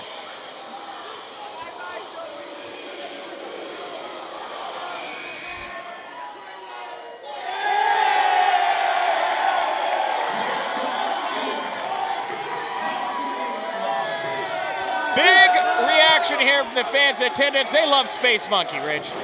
I think he found Aries Banana. What a dummy. You'd think Robert would know by now.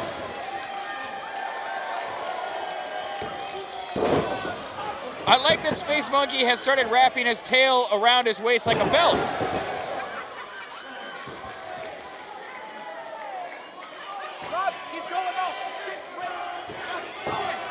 And Space Monkey going where he feels comfortable in space.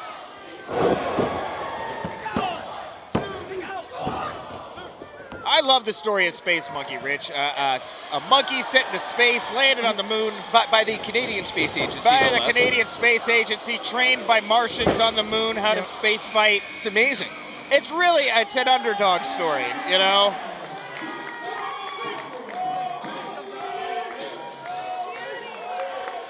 Kobe Durst. The Diamond Tiger, Kobe Durst. And these two have seen action not just in freelance wrestling, but also a Black Label Pro as well. Kobe Durst with a stiff shot to Space Monkey. And they are precariously up top now. Ooh, Famouser! And is that going to be enough for Kobe Durst to do another quick elimination of his own on Space Monkey? What's he trying to do here? Muscled him up there, all muscle. Space Monkey kicked out. Space Monkey still very much in the bout, as is Kobe Durst and Brian Pillman Jr. Brian. Shane Saber, Paul Burchell-esque. He believes himself to be a pirate. What kind of pirate? A Somali pirate? No, more of like a Curse of Oak Island Knights Templar type pirate, I believe. Fair enough. Like a Blackbeard. Like a Blackbeard, right? Or Jolly Roger would actually put it more in line with Templar, but that's a story for another day. Captain Kidd, perhaps? No, I said Jolly Roger, Rich. Anyway, Shane Saber and Space Monkey actually friends. They team together as Space Monkey. Or not Space Monkey, they are Space Pirates when they're together. That's what it is. Captain Morgan posed there right on top of Kobe Durst. Kobe Durst not taking too kindly to that.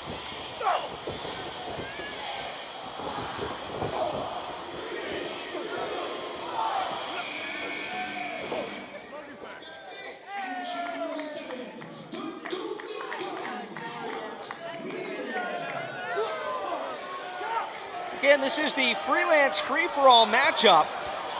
And the ring is piling up with bodies now. Mark Wheeler joins Shane Saber, Kobe Durst, Space Monkey, Brian Pillman, and Robert Ego Anthony in the ring. As you can see, Wheeler and Ego working in unison here. One big... Oh, man! They all fall down. Everybody out everywhere. And Wheeler with a big knee.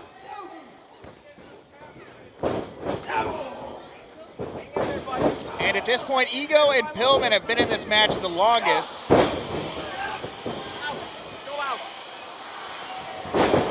Beautiful move there from Wheeler. And we've got another entrance coming.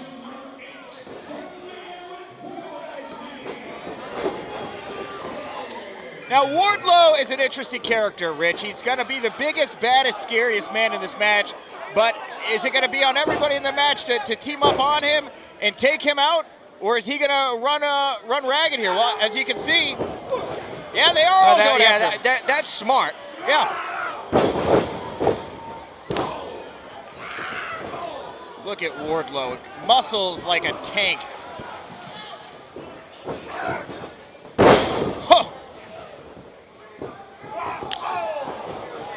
Devastating. That's a scary man. He is a gigantic and a gigantic man. Yeah, well, another elimination here, and this is the first time that I've seen him in action. I mean, he's a big, solid competitor. Yes, he is. Space Monkey trying to take him down. We get our next. Isaiah Velasquez here, a contemporary of Mustafa Ali, who is, of course, a name that's been burning up SmackDown Live as of late. These two have had some classics together, and he's taking his time here in the entrance. We watch Wardlow lay out both of these two men. No way. Double elimination.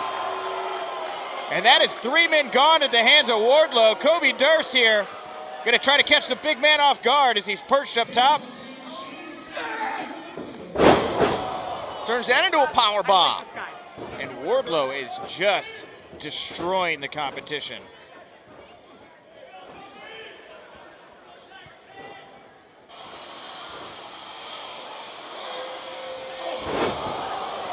And Isaiah Velasquez still waiting in the entranceway as another man's going to come out. Another pinfall.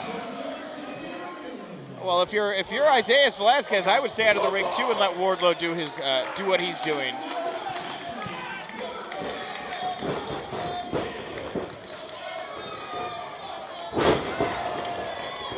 And here comes Robert Ego Anthony.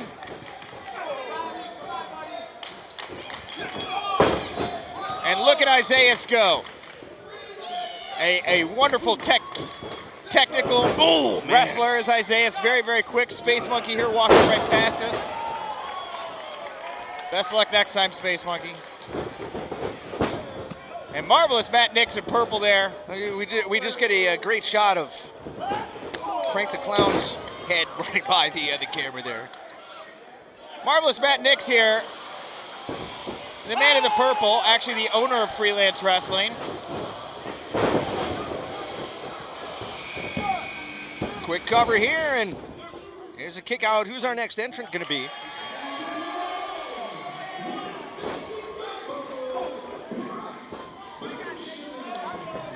Bryce Benjamin has been with Freelance Wrestling since the beginning, known primarily for his tag team abilities, has started to work more as a singles competitor as of late.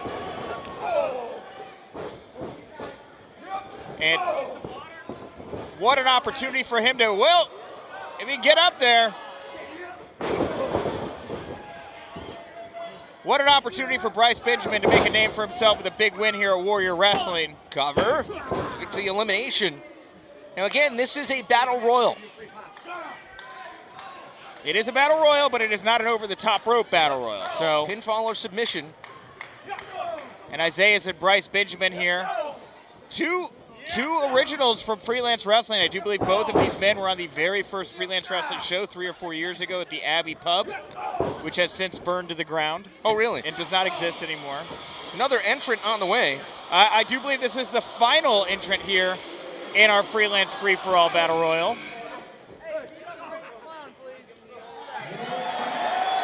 Who's this? Oh! Gringo Loco! Gringo Loco fresh off of signing a contract with MLW in a year where there is every available high-quality piece of talent getting an offer. Gringo Loco is Loco! Wow. Taking out everybody on the outside! And that is why he is getting offered contracts. This man is a specimen.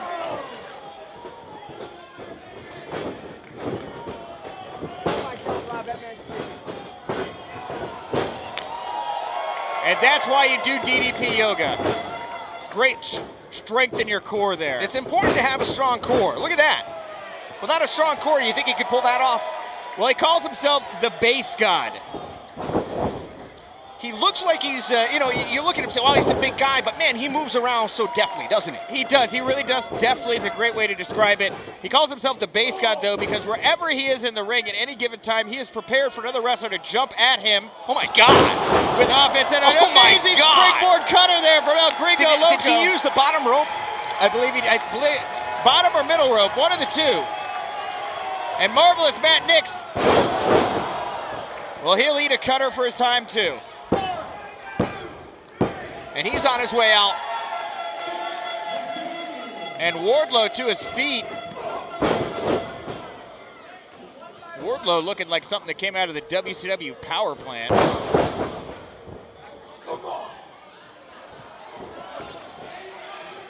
And Bryce Benjamin, perhaps foolishly, going it alone here against Wardlow, who's been so dominant in this bout already.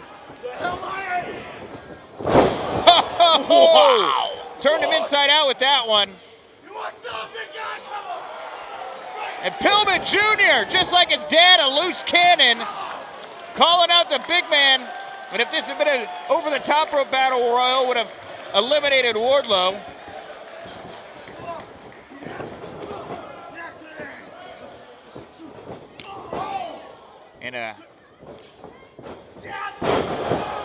And a statement made there by Brian Pillman Jr.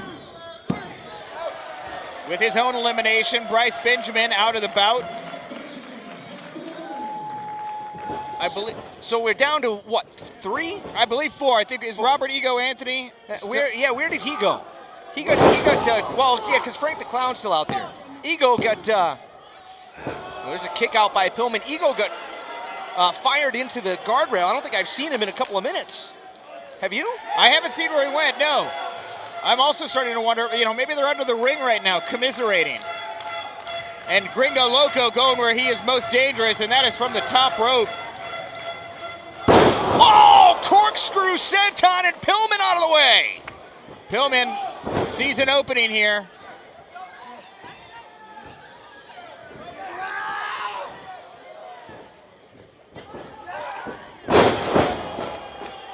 And that looks like it could be it for the base god.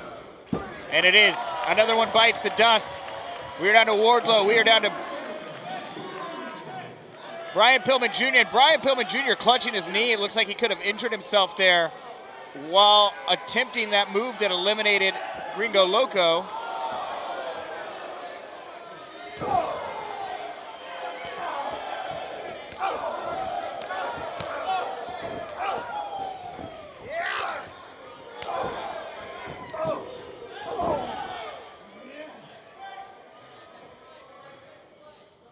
What is Pillman thinking? Oh, he was going for that DDT again.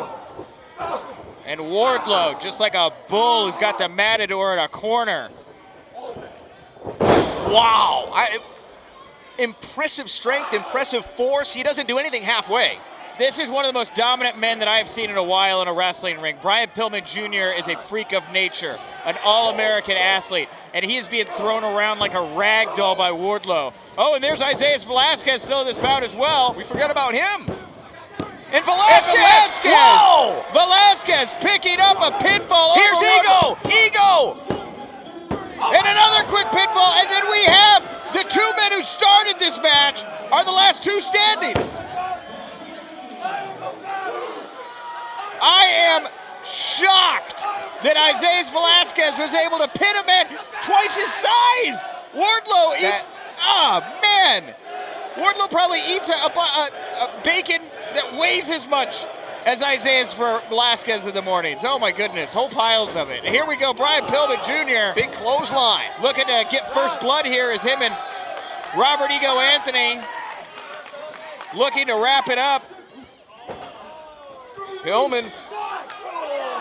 Now earlier Pillman was clutching that right knee. He seems to be shaking it off a little bit. We'll see if that comes back to haunt him here. It's easy to re-trigger those knee injuries so easily.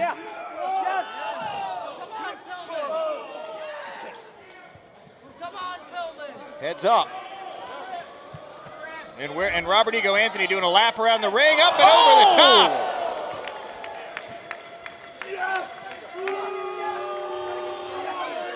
And the crowd is not feeling. And did Frank the Clown just kiss him on the cheek? He may have. Looks like he left red clown lipstick on Robert Ego Anthony's cheek there. I can't really tell because Rob also has a bunch of red scars on his back. Could also just be a bruise, but I'm pretty sure that clown kissed him. 2 count, and Pillman stays in it.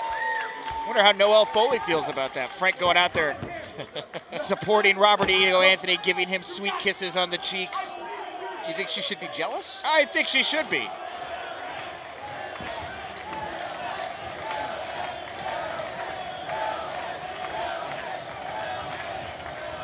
And Robert Ego Anthony just disrespecting Brian Pillman Jr. here. Robert Ego Anthony has been a road warrior, a former WWE developmental superstar. Oh! German suplex, shoulders are down! And Anthony out at 2 3/4. Now, and as popular and as talented as Brian Pillman Jr. is, he spent maybe 1/10 of the time on the road and in the ring as Robert Ego Anthony. And I know that's the kind of thing that really gets under Rob's skin. He does not like that. He likes to be the center of attention. And if you can come in and even at a young age take that from him, he's going to have a fire lit underneath him.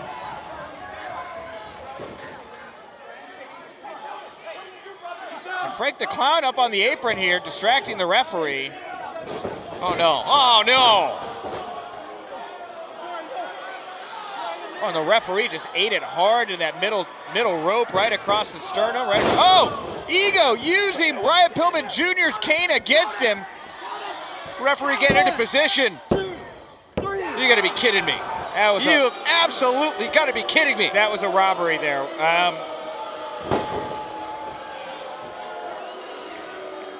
Well, going the distance.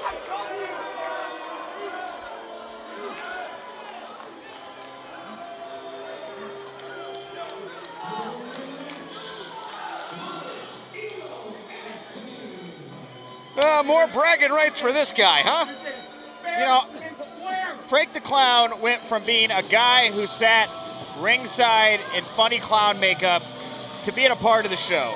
And if nothing else, you got to give the guy credit. He's worked his way into this position right now. What are you talking about? You know, him and Robert Ego Anthony, you know, if anything, this was a smart move on his part, getting into business, it seems like, with Frank the Clown, because Frank helped him pick up this victory here, Rich.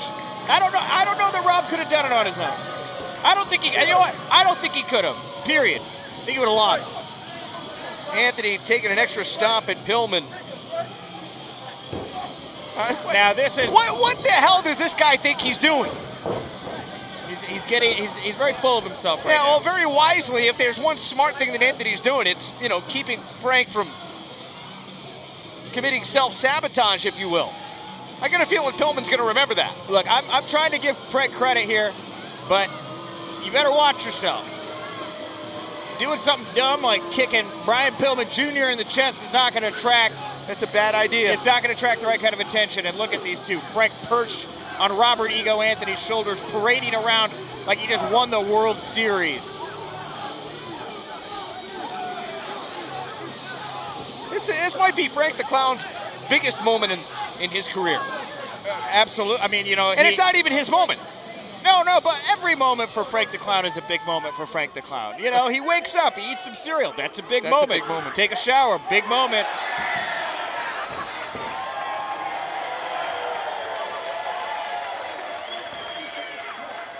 And the crowd here showing a huge sign of respect to Brian Pillman Jr.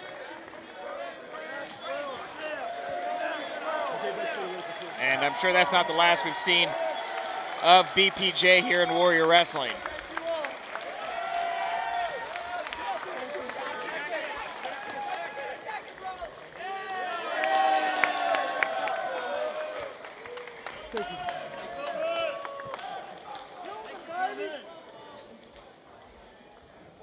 Still more to come tonight here from Chicago, Illinois. So happy to have you along. Rich Bocchini and Nick Hausman. Tag team matchup on the way, and don't forget our big main event as Brian Cage set to take on Bandito with the Warrior Wrestling Championship on the line. By the way, you see the hashtag on your screen, Warrior Wrestling 3. If you're on Twitter, Instagram, social media, that's the hashtag to use. I'm going to pull up the Twitter right now and again, let us know if you can hear everything all right, see everything all right, and if not, we'll do the best we can to fix it. Yeah, it's always happy to take constructive criticism.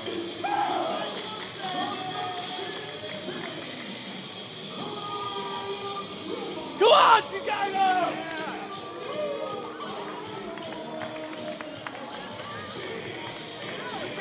Way. Come on! The A-Kid, you know, a hot name right now from over in Spain in the independent scene. The youngest wrestler to ever receive, the youngest wrestler to ever be in a match that received a 5-star rating from the Wrestling Observer from when the A-Kid wrestled Zack Sabre Jr. here a ways back in an independent in Spain. A lot of talent, a lot of potential. Only 20 years old right now. No kidding. Only 20 years old. A lot of room, a lot of miles ahead on the road for this kid.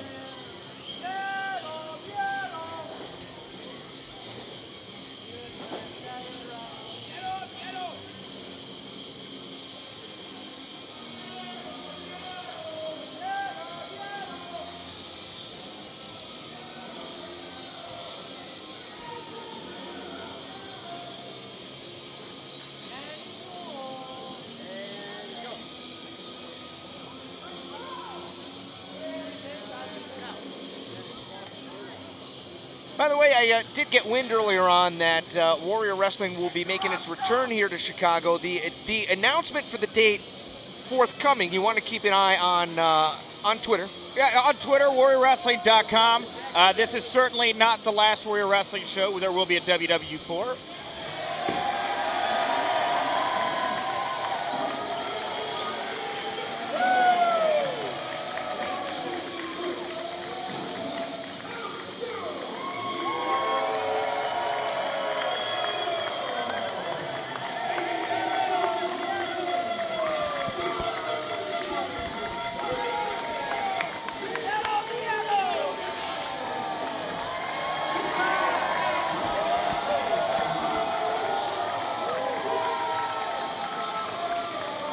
Pentagon Jr. and Ray Phoenix, the Lucha Brothers, back together, back in action. Ray Phoenix was out with an injury for a little bit. Says he's feeling fine, 100%. And the Lucha Brothers ready for action here tonight. I'm glad to hear they're feeling good, Rich. The Lucha Brothers have really brought Lucha Libre back on the map here in North America, leading the way, blazing the trail. MLW, Impact Wrestling. I saw them at the MLW show, packed over 2,000 fans in Cicero Stadium just to see the Lucha Brothers.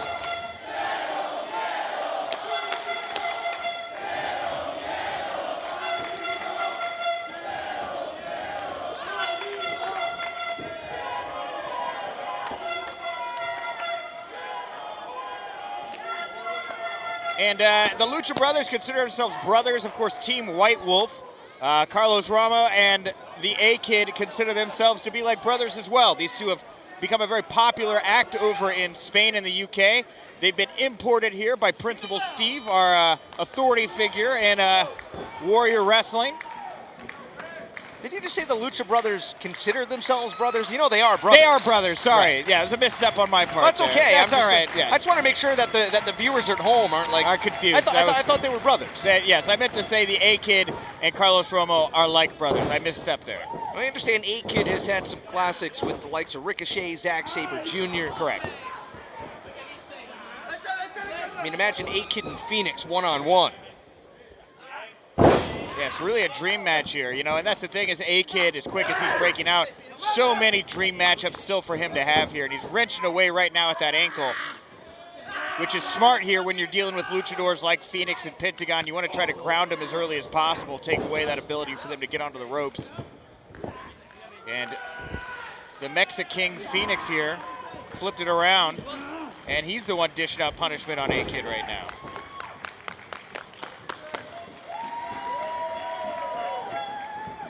Team White Wolf has faced the likes of, as you might have mentioned, Pete Dunne, Tyler Bate, among others. And let's talk about that European wrestling scene for a minute. I mean, you talk about heating up. Wow. Not only, you know, obviously with NXT UK, but quick cover there. And, oh, hold on. Nice show of strength there by A-Kid. Getting the arms up, and now look at the bridge. Yeah, very unique way to get out of that pin there from the A-Kid. And up and over. Wow! Like a gazelle. A wheelbarrow. Standing switch. Phoenix able to break free. Excellent use of that bottom rope from Phoenix. Cover, kick out. Cover, kick out. I got a feeling we're going to be saying that a lot.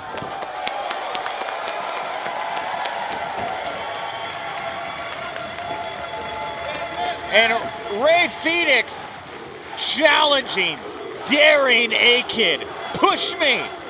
Take me to someplace new, A-Kid. And both teams tag out.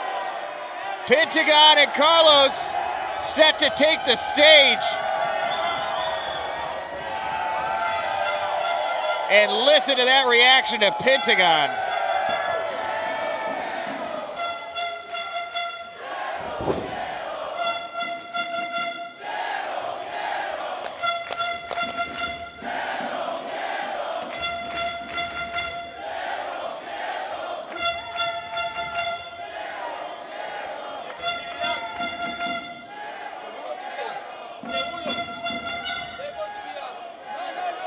I don't trust this Carlos Romo fellow. Why not? There's a look in his eye. Pentagon, I think, is feeling the same thing. Do I trust this kid? Oh! No fear. I don't think Carlos took too well to that.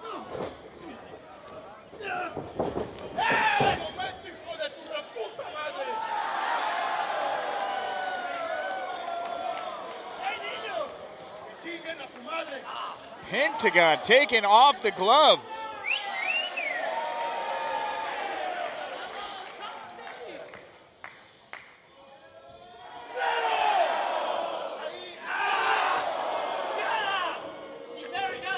Ooh.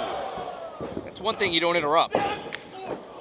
There is something unsettling about Pentagon. That is demonic, that man.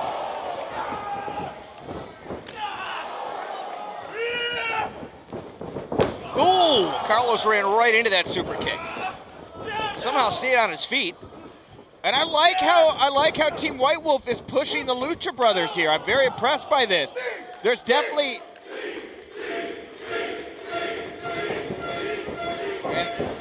Wow! And that's what I'm saying. There is definitely a one-upsmanship game going on. Was there a tag?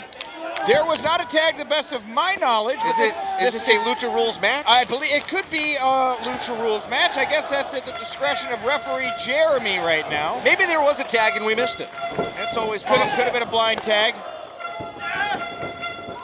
But I understand what you're saying, because usually, wow, you team up against, kick out there by Pentagon, you team up against the Lucha Brothers. I don't know that I've seen anybody really challenge them. Well, they're one step ahead. Yeah, they really are. You know, and that's the thing is, you know, they're from over in Spain. They've been trained and brought up in a non-traditional environment. It's not the UK scene. It's not the North American scene. It's a smaller scene here. They've watched a lot of tape. They've gotten to know these wrestlers a different way, you know? And it's almost like when you put a boxer and an MMA guy in the ring, and the MMA guy comes at the boxer in a bunch of directions the boxer's never seen before. You know, catches him off guard.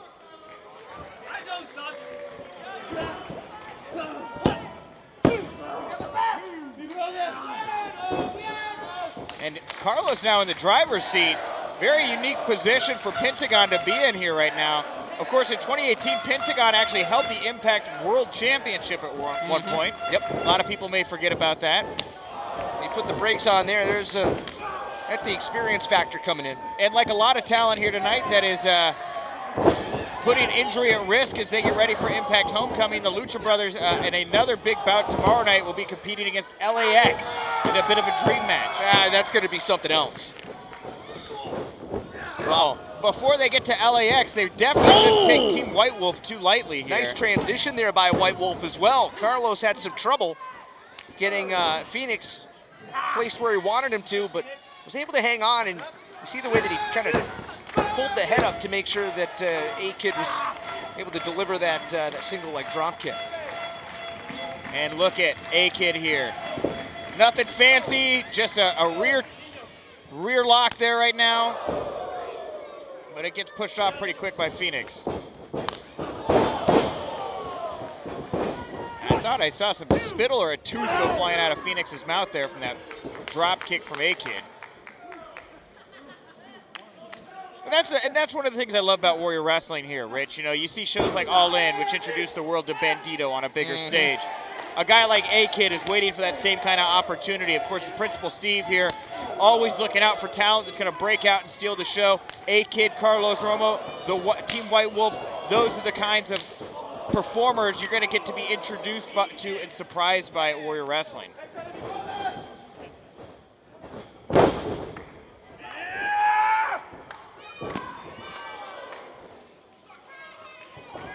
Into the cover here. That's not going to put them away. That's almost disrespectful to Phoenix, trying to cover him like that. That's something that I think Carlos, if he hasn't learned yet, at some point he probably will. Well, and you can't disrespect the Lucha Brothers. Well, they're young guns. They don't know any better yet, right? To them, every opportunity is just opportunity. I like that they're not trying to bow down. They're not trying to play nice. They're not trying to supplicate themselves at the footsteps of the Lucha Brothers. They're trying to walk in there and say, hey, we're young, we're virile, we're top dogs too. If you want to beat us, you got to beat us. You better show up ready to go.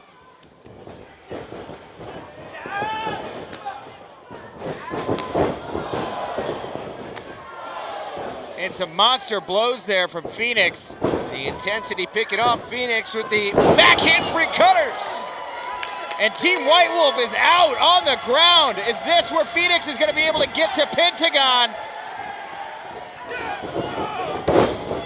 Pentagon running clotheslines. And the Demon is loose, and he is running roughshod right here in the ring. I think he hit a sling blade right there moments ago. Whatever it was, the damage being done. Wait a minute.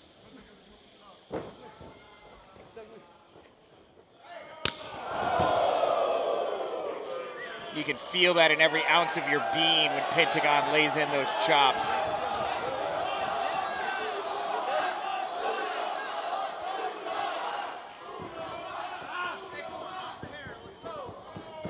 Oh, sounded like the slap on a kick drum. You're a drummer, right? I am a drummer. So you know drummer references. Oh! Big boot, super kick. One goes low. Oh! Both go high. And I don't think the ringing in your ears ever goes away after that one. I think you have tinnitus forever. Wow. And Carlos Romo there saving his partner in Team White Wolf. I don't know that I would have done that. That man, your friend is very seriously injured. He's been. Well, you just did that wheelbarrow splash, and then I would have just maybe let him take the pin here, but these guys are nuts. Well, nobody wants to lose, Nick. I don't know. Let him. I mean, the Lucha Brothers are so imposing right now. Do you want to take any more punishment?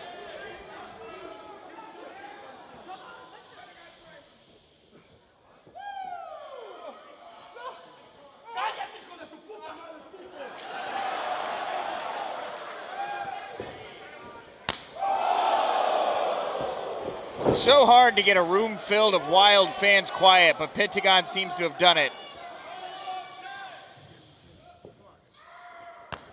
Oh, that was more like collarbone. And look at how red Carlos's chest is now. How do you keep up?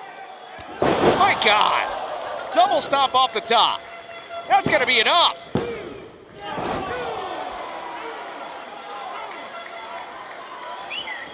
And look at the shock on the face of the Lucha Brothers. What more do they have to do to keep these two young guns down right now? Wow, what a great misdirection there from Carlos, sending Pentagon into Phoenix. And A-Kid was laying out there, resting up. Is he good to go? Is he going to be able to help out now in some offense? Indeed. German suplex, a nice combination maneuver. And Team White Wolf here. Yeah, were you going to say Shades of the Lucha Brothers? Yeah, I was going to say Shades of the Lucha Brothers. Exactly. Took their own stuff out, you know? Here goes Carlos with a suicide dive. Oh, man. And A-Kid follows up. The Lucha Brothers like a wall. Daring them, dive at us. Four. It seems like it's barely even phasing the Lucha Brothers. This is the fifth dive here. The Lucha Brothers finally a little bit stumbly here. Dive number 6. Big moonsault to the outside. So dangerous. You see his ankles barely miss that steel guardrail there. And not a lot of room to maneuver. No. Between the ring and the guardrails. And if you take your ankles out, well, you can kiss the rest of this match goodbye.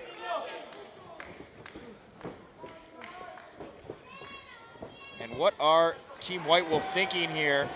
Thinking about putting this one away, Nick. A-Kid going to the top rope.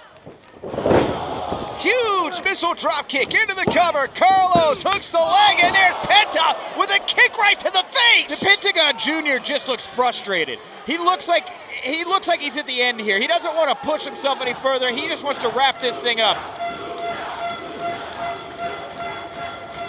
That kick was like Charlie Brown finally getting a hold of the football. And it was solid, wasn't it? It was very, very solid. Pentagon and the A-Kid here, a dream matchup here. We're going to get a little taste of it here as it looks like these two are going to exchange some.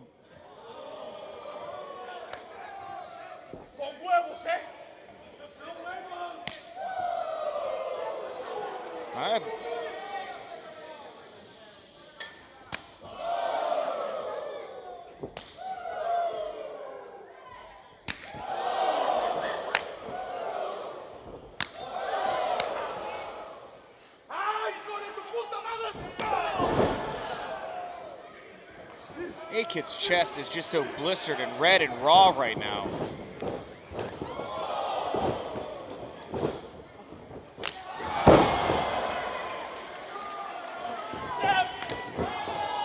Running high knee. Ooh.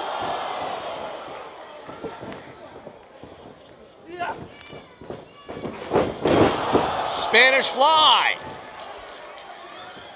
Carlos with a splash from the top, the moonsault, and whoa! Canadian Destroyer! And that was perfect in synchronicity there from the Lucha Brothers. All the men are down. Who's going to take advantage of this opportunity?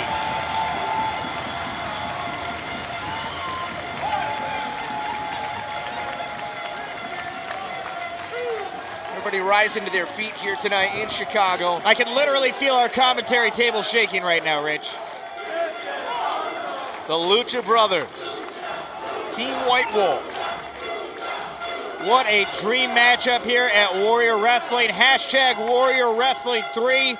If you want to let the world know how much you're enjoying this hot action here on this cold Chicago night in Chicago Heights, Illinois.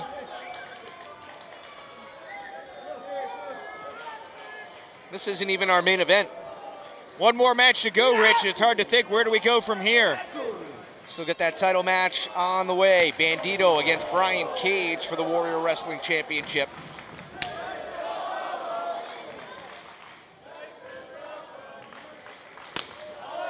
And how many more chops to the chest can A-Kid take? Well, I was just kind of looking here. I mean, this match has been going for, what do you think, probably 15, 20 minutes at least, right? Oh, absolutely. So what do either of these teams, first of all, what do they have left?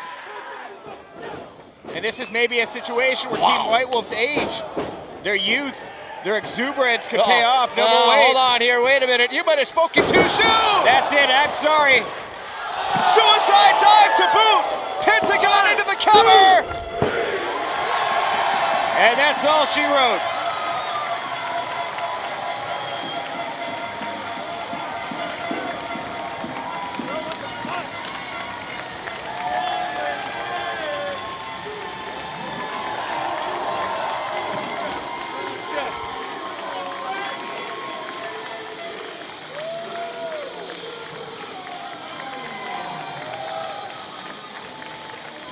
Well, congratulations to the Lucha Brothers. A huge matchup tomorrow night at Homecoming against LAX in what has become a very bitter feud. But they certainly got a warm-up and then some tonight in the team of Team White Wolf. An incredible showing. Obviously, the fans here at Marion Catholic absolutely loved it. And that is not trash that is being thrown in the ring. Are the fans throwing money? Yeah, I believe there's some cold hard cash being tossed into the ring. I'll tell you what, if anybody's throwing trash in the ring after that, I got a bone to pick with them. Just waiting for Moose to come out here and pick those dollar bills up. What are you trying to say? Man, look, Shane, Moose might come take the money. He doesn't seem to want anybody else to have money. Well, that is true. He did, well, never mind him right now. We'll talk about Moose in a second. It's about these guys in the ring. Just saying. Well, earlier tonight, there was a match where somehow All Ego Ethan Page, of all people, came to the ring and said, you know, if I win this match, I'll donate the winner's purse exactly to the students here at Marion Catholic. And that money in the ring should be donated back to and the children. instead, Moose came out flipping off the fans, and yeah, so... Look at this, just such a show of respect here between the fans and the Lucha Brothers. Now, would you go and say that to Moose's face? I think he's gone. I think he's left the building. That's not my, never mind. So no is the answer to your question? Well, no. That's what I'm asking you. No, I wouldn't. Okay, fair enough.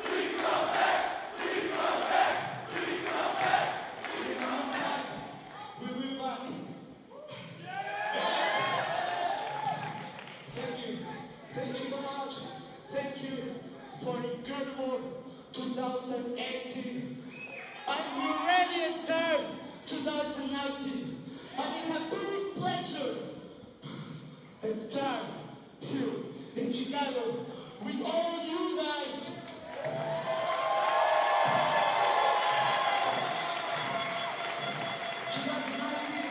Will be a great year. Will be amazing year. And as for you, thank you so much.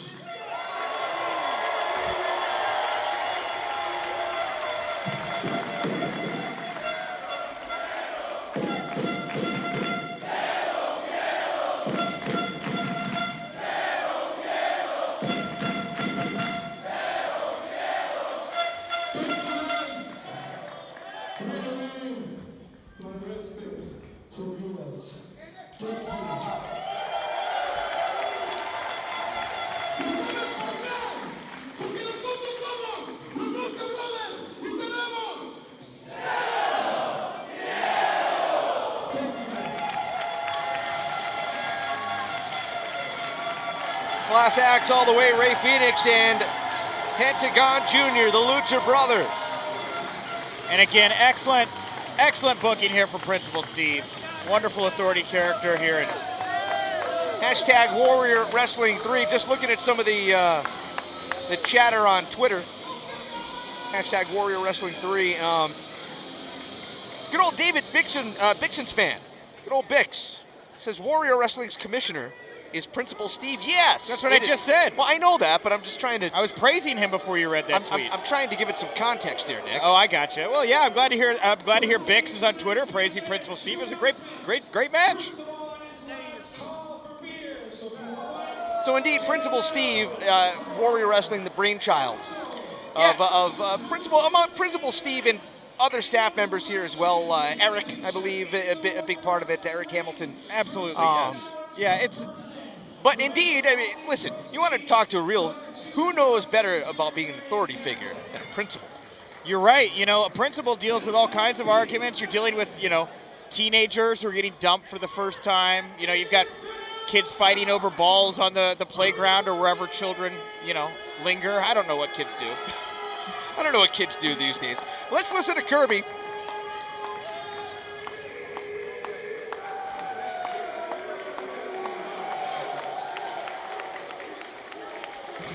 And if you missed that, because we were blathering away over it, he just announced last call for beer, and now for the main event. It is our main event. Now time for the main event. Let's give Kirby Alexander. Alexander, thank you. Also the commentator for announcer for Freelance Wrestling. So it is time for our main event, and we've been talking about this one all night. The Warrior Wrestling Championship is on the line, and making his way down to the ring is the challenger.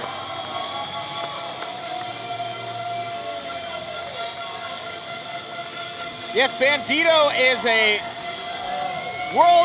worldwide sensation. Obviously took the whole pro wrestling universe by storm at All In with his performance there in the main event that lit everybody on fire. He's recently been signed to an official Ring of Honor contract. He'll be making his debut at Honor Reigns Supreme next weekend. And it's a very exciting time here, Bandito. If I believe the reports that I ran on my own site, WrestlingInc.com, it does seem like there was a bit of a bidding war for Bandito this time around, with all of the action, all the money being thrown around from WWE, AEW, Ring of Honor. Very, very big win for ROH to get Bandito in their ranks, and it will certainly be awesome to see him face Brian Cage here tonight.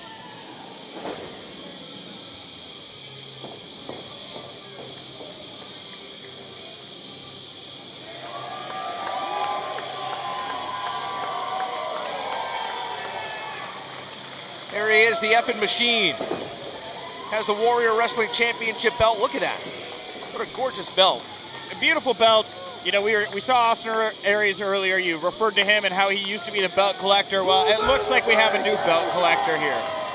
Also, of course, has the one of the Impact titles with him. He's got the Impact World Champion. No, he's got the Impact X Division Championship. X Division Championship. He's cashed that in. He's using his option C to win or to face for the Impact World Championship, which is held by Johnny Impact tomorrow night at Homecoming. All right, so hold on. So tomorrow night, let's just assume that Brian Cage gets out of here with the Warrior Wrestling Championship, with the X Division Championship. When he faces Morrison or Hennigan, where Impact tomorrow, does that mean that he could be a triple champion, or does he have to vacate the X Division title? He's got to vacate the X Division title. If I'm not mistaken, and I don't quote me for gospel on this, as good as my memory is, I do believe a new X Division champion will be crowned in the Ultimate X match. Okay. That's being held tomorrow night. But no, tomorrow night, Brian Cage has the chance to become a dual champion, the Warrior Wrestling champion, and the Impact World champion. The following match is a singles contest, and it's for the Warrior Wrestling Championship.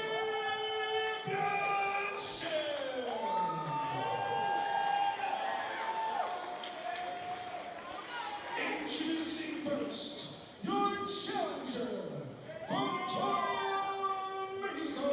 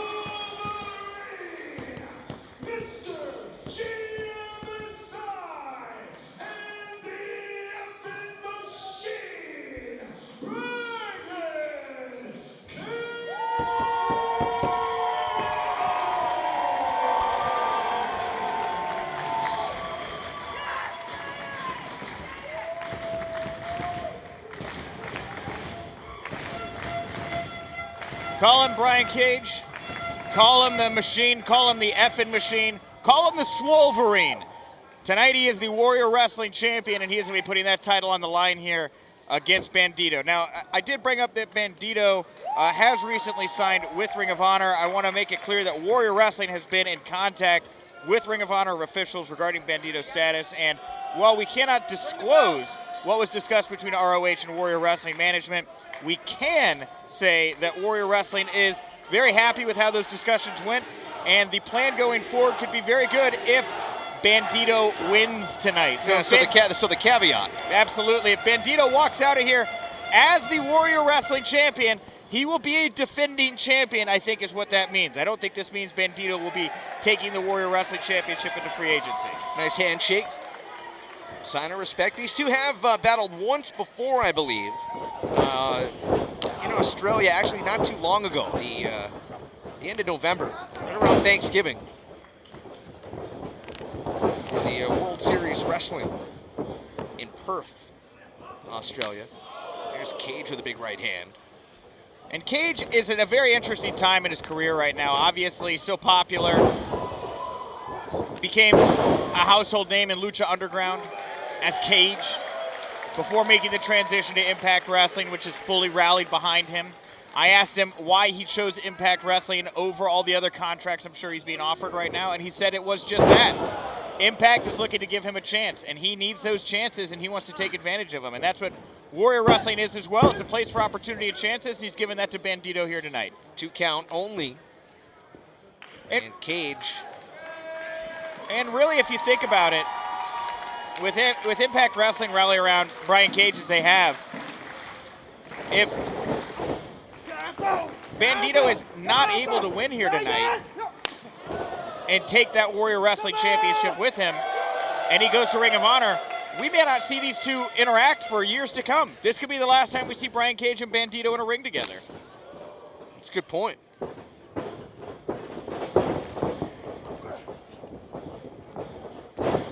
Bandito, a big star in Mexico. Oh, huge star in Mexico. Wow, that's part of the reason why. Satellite DDT. Big star on the West Coast as well, made his name in PWG. He gets a 1 count. Brian Cage, when you look at it, he is just thick. Yeah, I think that's a very safe word to use with Brian Cage. Like that those legs are like big tree trunks. And I mean, it's all, I mean, look at him, it's just all lean muscle. He's chiseled. Yeah, thick, built like a brick house, however you want to say it. The man is huge. He's a horse. He's like a horse with human features.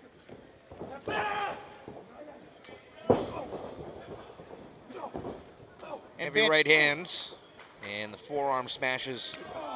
And when a guy's that big, even a simple punch, a chop, a forearm, it all feels like a baseball bat. Uh-oh. Oh! A launching German suplex. Yeah, it's not just a German suplex. He's got to throw you across the ring a bit. Bandito out at 2. You see the way Bandito folded up, too, because he landed on the back of his head with his rear end, like, up in the air. So he was almost folded over onto himself. And, you know, Bandito a flyer here, so known for his versatility in the air. Brian Cage, also a flyer, a current X Division champion, of course. But you look at Brian Cage and you say he's a flyer? He's the X Division champion. First of all, when you talk to Cage, he's said in the past that he wanted to change the perception of the X Division and what the X Division is about and what an X Division champion can be. I think he's succeeded. I think he's succeeded and then some, you know. Oh! Man, oh man! Bandito almost launched out of the ring. Look at Cage, just out on one knee like, He's like, should I do it again? Yeah, I'll do it again, why not? Do it again, let's have some fun here. I mean, I've seen Bandito get air, but never quite like that before. Well, the fans want to see it again. Let's see if they're gonna get it. Or can Bandito reverse? No, he cannot. That's insane. Just having fun with him now. A couple of squats. I'll loosen up. Yeah, no, but that's the thing, is Brian Cage needs to stay focused here. Hooks the leg. And Bandito's out at 2. That kind of stuff, that shows overconfidence to me.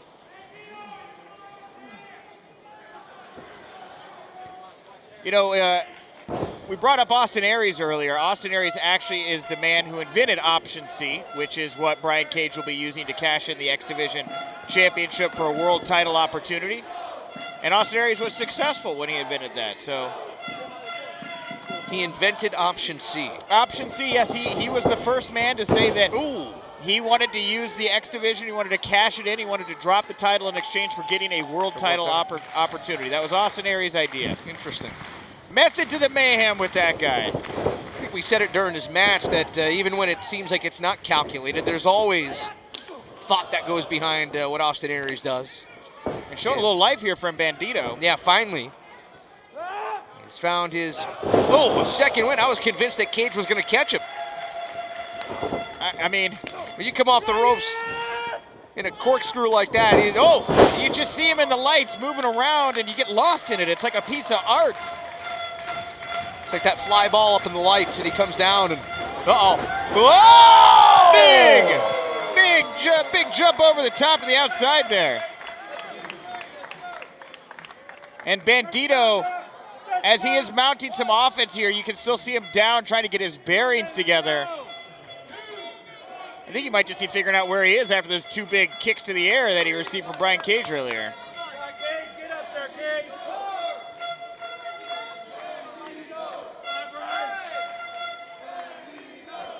Pro Wrestling 5-star Dave Gold, Big Wood Battlefront, all using that Warrior Wrestling 3 hashtag on Twitter tonight. We appreciate you guys watching the show live right here on the High Spots Wrestling Network. Cover! Wow! Hurricane Rana into the cover and that nearly crowned a brand new champion here at Warrior Wrestling. And Bandito would be a great Warrior Wrestling champion. Brian Cage, of course, it'd be very surprising. This is his first defense of the title, having just won it at the last show in that War of Attrition match that we saw a bit of at intermission. What an event that was. And Cage, you remember how hot it was here in that building? Oh, brutal. At the last event. For Cage to be out there that long and to last out. Oh, wait a minute. Oh! Flipped him inside out. Could that do it? Still, the answer's no. I think we were talking about it in that last match. Like, you can see Cage getting a little worn down right here, and he's got the kinesio tape on on that right thigh, but you know, you usually don't see Cage wear down very, very quickly. And think about the match and what it took to win that championship, just how gassed and exhausted he was afterwards. I think he was drinking water during I don't want to say a slow spot in the match, but there was a point when they both kind of took a break, didn't they? Yes, they had to rehydrate there towards the end of that bout. Oh, wow! Oh my God! I've seen Alabama slams. And not quite like that. I've never seen someone the size of Alabama slam somebody, though. That's very different. By the way, that War of Attrition match, you might have seen part of it during intermission. You can go back and check that out on High Spots. You want to see the entire matchup. It really was something else. And I want to say that night it was probably, I'd estimate 80, 85 degrees in this building. And that match went on for, it took a while. About an hour there. Of course, it was 8 of the top stars on the planet. Looking for the discus lariat. But it is Bandito! How the heck did he do that? Not enough to capture the title. How the heck did Bandito have the wherewithal to do that? It's like what would you call that, a crucifix spike? I think that's probably an excellent way to call it. Whatever it was a game changer for Bandito. A lot of times in that crucifix, you see it more of a slide into the cover, not a full-on spike like that. That was just insane seeing a man of Brian Cage's size being flipped in the air like that by Bandito. It just shows you, if you can get some momentum going, that's how strong Bandito is, but just clubbed him, just muscled him out of the ring there. Yeah, when you're wrestling a guy the size of Cage, no. Oh my God, effortless. Effortless. That's monstrous. Yeah, that is absolutely insane, but it is still not enough. It shouldn't even be fair with Brian Cage. You look at that and it's hard not to laugh. How? How do you do that? Not only do you need strength, you need balance. You just need straight up bravery to be able to fall at that height, knowing you're going to injure your opponent, but knowing you're putting your own body at risk as well. Deadlifting. I've actually seen Cage deadlift people from the floor up and over the ropes into a suplex. Look out here. That is insanity. Bandito able to land on his feet, connects with a kick. Cage answers with a super kick. Bandito with a clothesline now. Going back and forth. High knee. Spanish fly. Out of nowhere. For the title. Cage gets the right shoulder up. Brian Cage's birthday's right around the corner. It'll be a great birthday present for him to retain. It'll be February 2nd. He's a groundhog. He was born on Groundhog's Day. Also, want to say what's up to Mel Santos. I don't know if she's watching tonight or not, but of course, Brian and Melissa, proud parents. I believe they just got married too. I could be wrong on that though. Yes, and expecting to have a child now. Yes.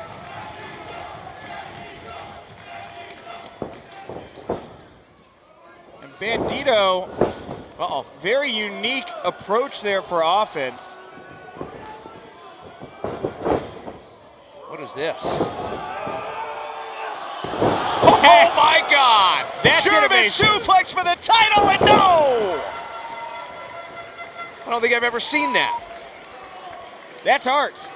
That is what that is. That is the art of professional wrestling there. I mean, the thing about Bandito, like Flip Gordon, like so many other guys right now that just seem to be able to move like Gumby in freakish ways, they must sit around thinking about all the different ways they might find their opponent in the ring. Are they going to be leaning this way? Oh, they're going to be falling over that way. How do I get him if he does that? For Bandito to see an opponent in that position and know exactly how to move, exactly how to react, to deliver that unique German suplex, just mind-blowing. What a fantastic athlete. What a fantastic performer.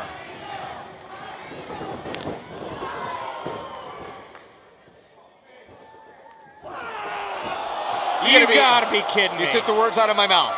Wow. Power slam by Bandito, but he's not done. He's got the Warrior Wrestling Championship in his sights. To the top rope. Here comes Bandito, but my God! Cage gets the legs up. Power bomb. Buckle bomb. Very dangerous. Uh-oh. Drill claw.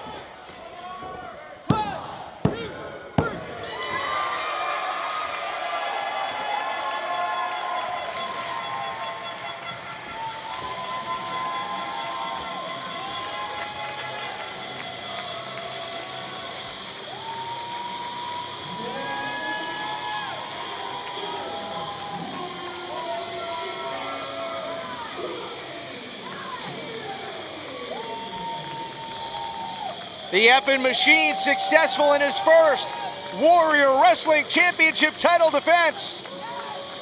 A win over the highly touted Bandito here tonight. You can see referee Brian Stifler here checking on Bandito. You would hope after getting power bombed, buckle bombed, drill clawed. What an impressive champion Brian Cage is. The definition of a warrior, Spartan. Your Warrior Wrestling champion Brian Cage gets it done here tonight in Chicago. And you'll be able to see him tomorrow night at Impact Homecoming as he is going for the Impact World Championship.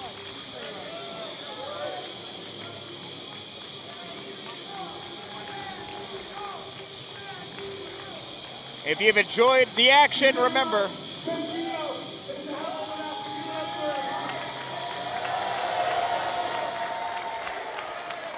Cage a classy champ as well, huh? very classy. The third Warriors Wrestling Show, and the third time was the charm. Every single time was the charm. You know, to have the crowd, this is fast becoming one of my favorite places to work, and because of you guys, give yourself a round of applause.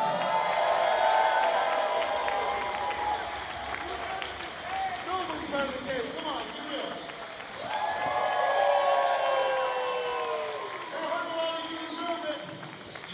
I'm proud to be the Warrior Wrestling World Champion. Tomorrow night, I'm casting this in. I'm recruiting to the Impact World Champion. I'll be bringing that back next time, and I'll see each and every one of you real soon. That's your Warrior Wrestling champion, the effing Machine, Brian Cage. Thanks so much for joining us tonight, Nick. It has been a pleasure. As always, Rich, it's definitely been a pleasure. Please go over, follow my exploits, WrestlingInc.com, where I am the managing editor. I'm at Wink Rebel over on Twitter. I'll be in Nashville for Homecoming and Jacksonville for the AEW rally. And it has been an honor, as always, to be here calling the action for Warrior Wrestling. Check out WarriorWrestling.com and Warrior Wrestling on Twitter. We'll have an announcement about our next event right here at Marion Catholic High School. For everybody here with Warrior Wrestling and for Nick Hausman, my name is Rich Bocchini saying so long from Chicago. Good night, everyone.